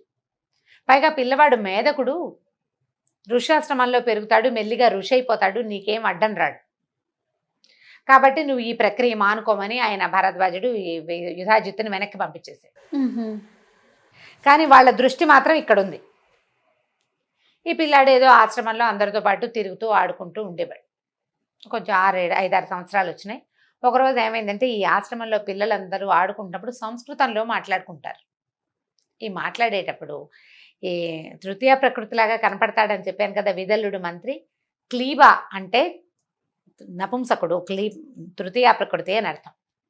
ఒక 14-15 సంవత్సరాల పిల్లాడు అటు వెళ్తూ ఈ విదల్లుడిని చూసి క్లీబ్ అన్నాడు. ఎక్కిరింతగా, పిల్లలకి అలాంటి లక్షణం ఉంటుంది చూడు. ఆ ఎక్కిరింతగా అన్న ఆ క్లీబ్ పదము ఈ పిల్లాడికి, మన సుదర్శనుడికి క్లీమ్ లాగా వినపడింది. తమాషా సౌండ్, క్లీమ్ అనేసరికల్లా ఎలా ఉంటుంది, కీచుమన్న ఒక శబ్దం వస్తుంది. అది తలుచుకోవటం మొదలుపెట్టాడు అబ్బాయి. పిల్లలకి అట్లా ఉంటుంది కదా, ఏదైనా ఒక పదాన్ని పడితే వదిలిపెట్టరు, ఓ చిన్న చిన్న శబ్దాలు కూడా అంటాం, ఎంతసేపు చిచ్చి అంటుంటారు. నాలుగుతో ఊళ వేయటం, మనం వద్దని చెప్పినా మానరు. ఒకసారి వచ్చిందా ఇంక మన భూ అంటుంటారు, మానరు. ఇంకా ఈ పిల్లాడు ఆ క్లీమ్ అని పట్టుకున్నాడు. పైకి అనేవాడు కాదు, ఎంతసేపు క్లీమ్ క్లీమ్ క్లీమ్ అని తలుచుకుంటుండేవాడు. మనం 4-5 సార్లు క్లీమ్ క్లీమ్ అని చూడండి, ఎవరికి వాళ్ళు అనుకోండి. ఈ కథ వినేవాళ్ళు 2-3 సార్లు అనగానే ముక్కు ఈ ప్రాంతము ఏదో ఒక వైబ్రేషన్కి గురవుతున్నట్టు తెలుసు. నేను 3 సార్లు అంటేనే నాకు తెలిసింది. క్లీమ్ అనేది కామరాజ బీజం, అమ్మవారి బీజాక్షరం. రటనగా అనయ సరికల్లా అందులో నుంచి ఒక పాజిటివ్ ఎనర్జీ వైబ్రేషన్స్ వచ్చేస్తాయి బయటికి. చిన్న పిల్లాడు ఇక అదే పైగా అన్న కొందికి ఒక ఉద్విగ్నత, ఒక ఉద్రేకం వస్తుంటుంది లోపల. అనుకుని చూడండి, మనం ఓంకారం చేస్తామా, పదే పదే ఓంకారం చేస్తే మెదడు తెరుచుకుపోతున్నట్టుగా అనిపిస్తుంది మనకి. ఓంకారం చేసే, ప్రణవాక్షరం చేసే అలవాటు ఉన్న వాళ్ళు అసలు మానరు. ఎందుకంటే ఈ ప్రణవోపాసన ఎంత ఉత్సాహాన్ని, ఎంతో ప్రశాంతతని ఇస్తుంది. మనం స్తోత్రాలు శ్లోకాలు చదువుకుంటామా, చదువుకుంటుంటే మనకు ఒక ప్రశాంతత వస్తుంటుందా? అలవాటైతే మానలేకపోతాం. ఈ బీజాక్షరాల ప్రభావం అలాంటిది. ఈ పిల్లాడు ఆ క్లీన్ బీజాన్ని పట్టుకున్నాడు. ఇక అదే అదే అదే అదే అనగా అనగా అనగా అనగా వాడి మేధకుడుగా ఉండే వాడి బుద్ధి వికసించడం మొదలుపెట్టింది. వాడి లోపల చిక్కుముడులుగా ఉన్నటువంటి శక్తి ప్రసారం అన్ని పక్కలకి బ్రెయిన్లోకి ప్రసరించడం మొదలుపెట్టింది. మాటలు సరిగ్గా రాని పిల్లలకి ఇలాంటిది ఏదైనా ఒక బీజాక్షరాన్ని కనుక నేర్పిస్తే వస్తాయని దేవి భాగవతంలో చెప్పబడింది. ఈ చెప్పుకోగా చెప్పుకోగా చెప్పుకోగా ఈ పిల్లాడు క్రమంగా ఎలాంటి బుద్ధి కుదిరిక వచ్చిందంటే చూస్తే అది నేర్చేసుకుంటాడు. వీడు మేధకుడు అన్న ధ్యాస పోయింది. ఆశ్రమంలో ఉన్నాడు కదా, భరద్వాజాశ్రమంలో. ఆ వయసు రాజకుమారులకి ఎలాంటి విద్యలు నేర్పాలో అవన్నీ నేర్పబడ్డాయి అతనికి. సాధారణంగా అక్కడ ఒక పిల్లాడు ఉన్నాడు, అందరూ చదువుకుంటారు, వాడు కూడా వాళ్ళతో పాటు వేదం చదువుకుంటాడు. రాజకుమారుడు క్షత్రియోచితమైన ఉంటే బాణం వేయటాలు అవి ఇవి నేర్పించారు. యుద్ధం చేయటం కోసం కాదు, సాదాగా జరిగింది. ఈ నేర్చుకుంటున్న విద్యకి ఈ బీజాక్షరపు తాలూకు ప్రతిభ తోడైపోయింది. దాని ప్రభావం తోడయి వీడికి విపరీతమైన బుద్ధి వికాసం కలిగింది ఆ అబ్బాయికి. ఒకనాడు అతనికి గరుడారూఢుడుగా ఉన్నటువంటి అంటే గరుత్మంతుణ్ణి అధిరోహించిన వైష్ణవి శక్తి అతని కళ్ళ ముందు ప్రత్యక్షమైపోయింది. అమ్మవారు క్లీం బీజం వైష్ణవ శక్తి బీజం అన్నమాట. కామరాజ బీజం అంటారు, కోరిన కోర్కెలు తీర్చే బీజాక్షరం. ఇప్పుడు కూడా మనకి అలాంటిది లభిస్తుందా అంటే భాగవతంలో చెప్పబడింది. ఇప్పుడు పిల్లవాడి గురించి చెప్పుకుంటున్నాం మనం. అతనికి ఏమీ తెలియదు, అమాయకుడు. ఇది బీజాక్షరం అని, దీన్ని ఇలా చెయ్యాలని, గురుముఖత తీసుకోవాలని ఏమీ తెలీదు. ఒక అమాయకపు బుద్ధికి దొరికిన ఆ అక్షరాన్ని అతను రటనగా చేయటం వల్ల భగవంతుడు అతనికి ఆ బుద్ధి వికాసాన్ని కలగజేశాడు. నేను కూడా క్లీన్ చేస్తాను అంటే మనకు అట్లా రాకపోవచ్చు, ఎందుకంటే ఇది విధానం కాదన్న మనకు తెలుసు. గురుముఖత తీసుకోవాలి, దీనికి నిష్ఠా నియమం కావాలి, విధి విధానానికి అవగాహన ఉన్నవాడికి అవగాహన ప్రకారం మొత్తం చేస్తేనే నీకు ఆ బుద్ధి వికాసం కలుగుతుంది. ఏ అవగాహన లేదు, కేవలం బీజాక్షరమే దొరికింది. ఆ బీజం వల్ల అతనికి అట్లాంటి బుద్ధి వికాసం కలిగింది. అమ్మవారి శక్తి అతనికి కనిపించేసింది. కనిపించేసరికి ఇంకా పవర్ శక్తులు పెరిగిపోయాయి అబ్బాయిలో. ఒక ధనుస్సు, కొన్ని తూణీరాలు, కొన్ని బాణాలు దొరికినాయి నది ఒడ్డున. ఆవిడ వదిలిపెట్టింది అతని కోసం. అక్షయ తూణీరాలు తీసిన కొద్దీ వస్తూనే ఉంటాయి అందులో నుంచి. బాణాలు తీసేస్తారు, మనం సినిమాల్లో చూస్తుంటామో అన్నీ తీస్తాడు, మళ్ళీ ఎలా వచ్చాయని ప్రశ్న వస్తూ ఉంటుంది. అక్షయ తూణీరము అనేది ఒక మంత్రం. ఆ మంత్రం కనుక ఉన్నవాడికి వాడు ఎన్ని తీసినా మళ్ళీ అందులోకి శస్త్రం దాంతా చేరిపోతూ ఉంటుంది. అలాంటిది ఒకటి దొరికింది. ఇట్లా పెద్దవాడైపోయాడు. బీజాన్ని మాత్రం వదల్ల. ఇతనికి ఇలాంటిది ఒకటి దొరికిందనే సంగతి ఎవ్వరికీ తెలియదు, రహస్యంగా అతనిలోనే ఉండిపోయింది. కొన్నాళ్ళకి ఆ కాశీ రాజకుమార్తెను కలుసుకున్నాడు ఇతను. ఆ అమ్మాయి ఇతను వరించేసరికి ఇంతలో కాశీరాజు ఈ పిల్ల ఈ అబ్బాయి ఎవరో రోడ్డును పోయేవాడిని వరించిందని ఆయన తెలియక ఆయనేమో స్వయంవరం ప్రకటించేసరికి స్వయంవరానికి రకరకాల వాళ్ళు వస్తున్నారని తెలుసుకుని ఈ అమ్మాయి, నేను స్వయంవరానికి నేను రాను, నేను ఆల్రెడీ ఒకరిని వరించేశాను, ఫలానా వాడని చెప్పింది. ఆయన ఆనుపాను తెలుసుకుని ఇతను రాజకుమారుడని ఫలానా వాడని తెలిసేసుకున్నాడు. భరద్వాజాశ్రమంలో ఉన్నాడు, తెలిసిందే అది. ఇప్పుడు ఏం చేశారు, ఈయన కూడా ఒక ఆహ్వాన పత్రం వచ్చింది. ఒక రాజకుమార్తె స్వయంవరానికి వచ్చిన ఆహ్వానాన్ని చూసి రాణిగారు ఆశ్చర్యపోయింది. ఇదేమిటి, మనకు రాజ్యం లేదు ఏమీ లేదు, అయినా ఎలా వచ్చింది, పిలిచినప్పుడు వెళ్ళాలి. అందుకని కొడుకునికి తీసుకుని ఆవిడ కూడా వెళ్ళింది. వెళ్ళేసరికల్లా ఈ అమ్మాయి, నేను స్వయంవరంలోకి నలుగురు ముందుకి నేను రానంది రాజకుమార్తె. నేను వరించేశాను, వివాహితని నేను నా భర్త మెడలో దండేయటం ఒకటే మిగిలింది. వాళ్ళందరికీ నేను ఎందుకు కనిపిస్తాను, పతివ్రత లక్షణం కాదు, నేను చచ్చిన స్వయంవరంలోకి రాననేసి. ఇంక ఇప్పుడు కాశీరాజు గారికి ఏం చేయాలో తెలియలే. నువ్వు అడిగిన పెళ్లి కొడుకుని పిలిపించా కదా, అందరిలో వెళ్ళి నువ్వే దండేయమంటాడు. నేను అందరికీ ఎందుకు కనపడాలి, నేను కనపడను, నేను ఆల్రెడీ భర్తను వరించుకున్నానంటుంది అమ్మాయి. అమ్మాయిది పాయింటే. 10 మందిలో ఎవరో ఒకరిని సెలెక్ట్ చేసుకోవటం అంటే పోనీ అదొక రకం, నేను ఆల్రెడీ సెలెక్ట్ చేసుకున్నాక నేను ఎందుకు కనిపించాలి, నేను కనపడ్డాను అనేసరికల్లా ఈయన ఏం చేస్తాడు, ఇప్పుడు వచ్చిన వాళ్ళందరికీ చెప్పాడు, మా అమ్మాయి ఒక అతన్ని వరించింది కాబట్టి స్వయంవరానికి వచ్చిన వాళ్ళంతా నన్ను క్షమించండి, మీరంతా వెళ్ళిపోండి అనేసరికల్లా వాళ్ళు పోట్లాడేశారు అందరు. నువ్వు మమ్మల్ని ఎందుకు పిలిచావు, ఇంతకీ అమ్మాయి వరించిన వాడెవడు, అయోధ్య రాజకుమారుడు సుదర్శనుడు అని తెలియంగానే అది అయోధ్యకి ఆల్రెడీ రాజుగా ఉన్న శత్రుజిత్తు, అతని తాతగారైన యుధాజిత్తు ఇద్దరు వచ్చారు స్వయంవరానికి. వీళ్ళు మండిపడిపోయారు. అయోధ్య రాజకుమారుడు ఏమిటి, ఇంకా ఎక్కడ అయోధ్యరాజు, అయోధ్యరాజ్యం మాది, వాడికి రాజ్యం లేదు గీజ్యం లేదు, వాడికి పిల్లని ఎలా ఇస్తావయ్యా అన్నారు. మా అమ్మాయి వరించిందండి, కన్యా వరైతే రూపం, కన్య వరించింది అంతేనన్నాడు ఈయన. వాళ్ళు ఒప్పుకోలే, వాడు అంతు చూస్తామన్నారు. ఇప్పుడు ఏం చేయాలి, కాశీరాజు దొరికేశాడు అందరికీ. ఇప్పుడు సరే ఈ డిస్కషన్ అంతా అయ్యాక అమ్మాయి ఏమందంటే, అట్లా కాదు నాన్న, మాకు రహస్యంగా పెళ్లి చేసేసి మమ్మల్ని పంపించేసి, ఏదైతే అదవుతుంది. నాకు కలలో అమ్మవారు కనపడింది, గంగానది తీరంలో కనపడే సుదర్శనుడు నీ భర్త, నేను నిర్ణయించానని చెప్పింది. అమ్మవారు నిర్ణయించిన పెళ్లిని కాదంటానికి నువ్వెవరు, వాళ్ళెవరు? నేను వరించిన దాన్నే నువ్వు కాదంటానికి నీకు హక్కు లేదు, వాళ్ళకి లేదు. అమ్మవారు నిర్ణయించింది కాదంటానికి ఎవరికైనా హక్కు ఉందా లోకంలో? ఆవిడే చూసుకుంటుంది. నాకు భర్త ఇతను అని చెప్పింది. నేను అతనితోటి కలిసి జీవిస్తాను కాబట్టే అమ్మ చెప్పింది. ఏదొచ్చినా ఆవిడే చూసుకుంటుంది నాన్న, నేను అమ్మవారినే నమ్ముతున్నాను. సరే పెళ్లి చేసేసారు. చేసేస్తే వీళ్ళ దారిని వీళ్ళకి మరి పెళ్లి చేశాక రాజకుమార్తె అనేసరికల్లా 100 ఏనుగులు, 1000 గుర్రాలు, 200 మంది దాసదాసీ జనం, కొన్ని కోట్ల వజ్రాలు అవి ఇవి అంతా సమర్పించారు. సారిగా ఆశ్రమానికే పంపడానికి రెడీ అయ్యారు. అబ్బాయికి రాజ్యం లేదు మరి.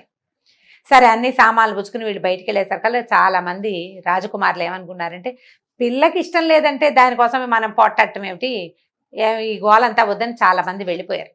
కానీ యుధాజిత్తు శత్రుజిత్తు మాత్రం ఇక్కడే ఉన్నారు. ఎందుకంటే వీడు తమ శత్రువు, వాడిని చంపి తీరాలని. వాళ్ళు కొంతమందిని ఆకట్టుకున్నారు. వాళ్ళకి క్లోజ్ ఫ్రెండ్స్ ఉంటారు కదా, గుంపు, ఆ ఉన్నవాళ్ళని ఉంచుకున్నారు. వాళ్ళు యుద్ధానికి పూనుకున్నారు. యుద్ధానికి పూనుకుంటే ఈ రథం ఎక్కి కనపడుతున్న కుర్రాడుని వీళ్ళు సామాన్యంగా మేధకుడుగా, బుద్ధి లేనివాడు అంటే మనసు వికసించని వాడిగా భావించిన వాడు తేరిట్లా చూడ్డానికి కూడా వీళ్ళేనంత వెలిగిపోతున్నాడు. వాడి లోపల ఉన్న శక్తి ఎంత ప్రచండమైన శక్తి ఉంది లోపల, అది కనపడుతుంది కదా. ఈ కనపడుతోంది, బాణం తీసి వేస్తుంటే వాడు ఏం తీస్తున్నాడో ఏం వేస్తున్నాడో తెలియటం లేదు, పడిపోతున్నాయి శర పరంపర. మిగిలిన వాళ్ళంతా బాబు వీళ్ళ కోసం పెట్టుకోకూడదు మనం మొత్తం అంతా వెళ్ళిపోయారు. వీళ్ళిద్దరూ మాత్రం మిగిలారు. ఎప్పుడైతే వీళ్ళు ప్రత్యక్ష యుద్ధానికి పూనుకున్నారో అమ్మవారు వచ్చి ఆకాశ మార్గంలో నిలబడి చూస్తోందట పైనుంచి. దేవతలందరూ పైనుంచి చూస్తున్నారు. పరాశక్తి తన అనుగ్రహాన్ని ఒకడి మీద ప్రసరింపజేస్తే వాడిని వాడిని ఎలా ఈవిడ హ్యాండిల్ చేస్తుందో చూడాలనుకుంటున్నారు. అమ్మవారి అనుగ్రహం ఎట్లా ఉంటుంది అని ఆవిడ పైన నిలబడి చూస్తోంది. దేవతలంతా చూస్తున్నారు. యుద్ధం జరుగుతోంది. సడన్గా అమ్మవారి వైపు నుంచే 2 బాణాలు వచ్చి ఈ యుధాజిత్తుకి శత్రుజిత్తుకి తగిలినాయి. ఇతను యుద్ధం ఆపుతున్నాడు కానీ వాళ్ళని చంపే ఉద్దేశంలో లేడు. ఎందుకంటే అతను కోరుకోలేదు వీళ్ళని చంపైనా ఈ అమ్మాయిని తీసుకోవాలనుకోవటల్లా. చంపడం అసలు అతని ఉద్దేశం కానే కాదు, కేవలం యుద్ధం చేస్తున్నాడు అంతే. దాంతో వాళ్ళిద్దరూ పడిపోయారు. పడిపోగానే ఈ కాశీరాజు ఆ వచ్చిన సైనికులు అందరూ ఈ ఆకాశ మార్గంలో కనపడుతున్న అమ్మవారిని చూసేశారు. అందరూ ప్రత్యక్ష నేత్రంతో చూశారు. ఇక అసలు జయధ్వానాలు మిన్నుముట్టిపోయినాయి. ఒక కుర్రాడు తల్లి తప్పిస్తే రెండో సహాయం లేకుండా ఇలా ఆశ్రమంలో తలదాచుకున్నవాడు ఇట్లాంటి శక్తిని ఇంతమందికి చూపించగలిగేంత మంత్రజపం చేశాడంటే అది సామాన్యమైన విషయం కాదు కదా. అందరూ వేణేళ్ళు పొగిడారట. పైనుంచి దేవదుందుబులు మోగినాయి, పుష్పవృష్టి కురిసింది అతని మీద. అప్పుడు ఈ కాశీరాజు అపారాగా కనపడిన పరాంబికకి దండం పెట్టాడమ్మా, ఇక్కడ వచ్చి నువ్వు చేసిన యుద్ధాన్ని ప్రత్యక్షంగా చూసాను, నీ నుంచి వచ్చిన బాణాలే వీళ్ళని సంహరించాయి, ఇదంతా నీ వల్లే జరిగింది, కాశీరాజ్యంలో సుస్థిరంగా ఉండిపో, నా దగ్గర నుంచి నన్ను వదిలిపెట్టి వెళ్ళొద్దమ్మా అని అడిగట్టాను. అడిగితే ఆవిడ కాశీరాజ్యంలో తను ఉండడానికి ఒప్పుకుంది. అమ్మవారు ఆనాడు చేసిన యుద్ధానికి ప్రతీకగానే అంబికా ఆలయం ఒకటి కాశీలో ఏర్పడిందట. ఇప్పుడు అయోధ్య నగరానికి రాజైన శత్రుంజయుడు మరణించాడు, తాత సపోర్టు పోయింది. ఇప్పుడు ఆ 2 నగరాలు ఎవరివి? గెలిచిన వాడిది. సుదర్శనుడు తన తల్లిని భార్యని తీసుకుని అయోధ్య నగరానికి బయలుదేరి అంబికని తనతోటి రమ్మని అడిగాడు. అయోధ్యలో కూడా నీ పీఠాన్ని ఏర్పరచు, నువ్వు నాతో పాటు ఉండమని. అప్పుడు ఇక్కడ అంబికా పీఠం ఏర్పడ్డాక ఇతనితో పాటు అమ్మవారు అయోధ్య నగరానికి కూడా వెళ్ళి అక్కడ కూడా అమ్మవారి పీఠం ఏర్పడింది. ఈ అయోధ్య కాశీ ఇవి 2 కూడా అమ్మవారి తాలూకు ప్రత్యక్ష నిదర్శనాలు. ఆమె అక్కడ నివసించింది అని చెప్పడానికి దేవి భాగవతమే సాక్ష్యం. ఇక్కడ అంబికాదేవిగా కదండి మరి అక్కడ కూడా కాశీ- అంబికే. కాశీలోనూ అంబికాదేవి, అయోధ్యలోనూ అంబికే. అంబికా రూపంతోటే వెలిసింది. ఆ తర్వాత సుదర్శనుడు తన రాజ్యానికి వెళ్ళిపోయాడు. తన తల్లి పినతల్లితో సహా భార్య శశికళతో కలిసి చాలా కాలం పాటు అయోధ్య నగరానికి రాజుగా ఉన్నాడు. చాలా గొప్ప పేరు తెచ్చుకున్నాడు. కామరాజ బీజం అంత పనిచేస్తుంది. అక్షరాన్ని సజావుగా పలకటం వల్ల దానికి ఉన్న శక్తి మనకి తోడుగా నిలుస్తుంది. అందుకని ఒత్తులు మానేయద్దు. హల్లులు పొల్లులు ఓకారాలు ఏవి ఎలా అనాలో అట్లా తప్పకుండా అనాలి. లాకి అలాకి తేడా తెలుసుకోవాలి. ఏ ఒత్తు ఎక్కడ పెట్టాలో అక్కడ ఖచ్చితంగా పెట్టాలి. విసర్గలు ఉన్న అక్షరాలని పదాలని విసర్గతోటే పలకాలి. సరిగ్గా పలికితే సరి అయిన శబ్దం కనుక ఆ అక్షరంలో నుంచి వస్తే దాని పవరు, దాని తాలూకు పాజిటివ్ ఎనర్జీ మనతో పాటు ఉంటుంది. దానికి తార్కాణమే ఈ కామరాజ బీజపు కథ, సుదర్శన శశికళుల కథ. ఈ సుదర్శనుడి కథ దేవి భాగవతంలోనే చెప్పబడింది. చక్కటి కథ, దసరా రోజుల్లో తలుచుకోవాల్సిందన్నమాట. అద్భుతం. చాలా చాలా చాలా అండి, చాలా బాగుంది కథ కూడాను. మీరు చెప్పినట్లుగా ఒత్తులు పొల్లులు ఎక్కడ పెట్టాలో అక్కడ పెట్టి పెట్టాలి. పలకాలి.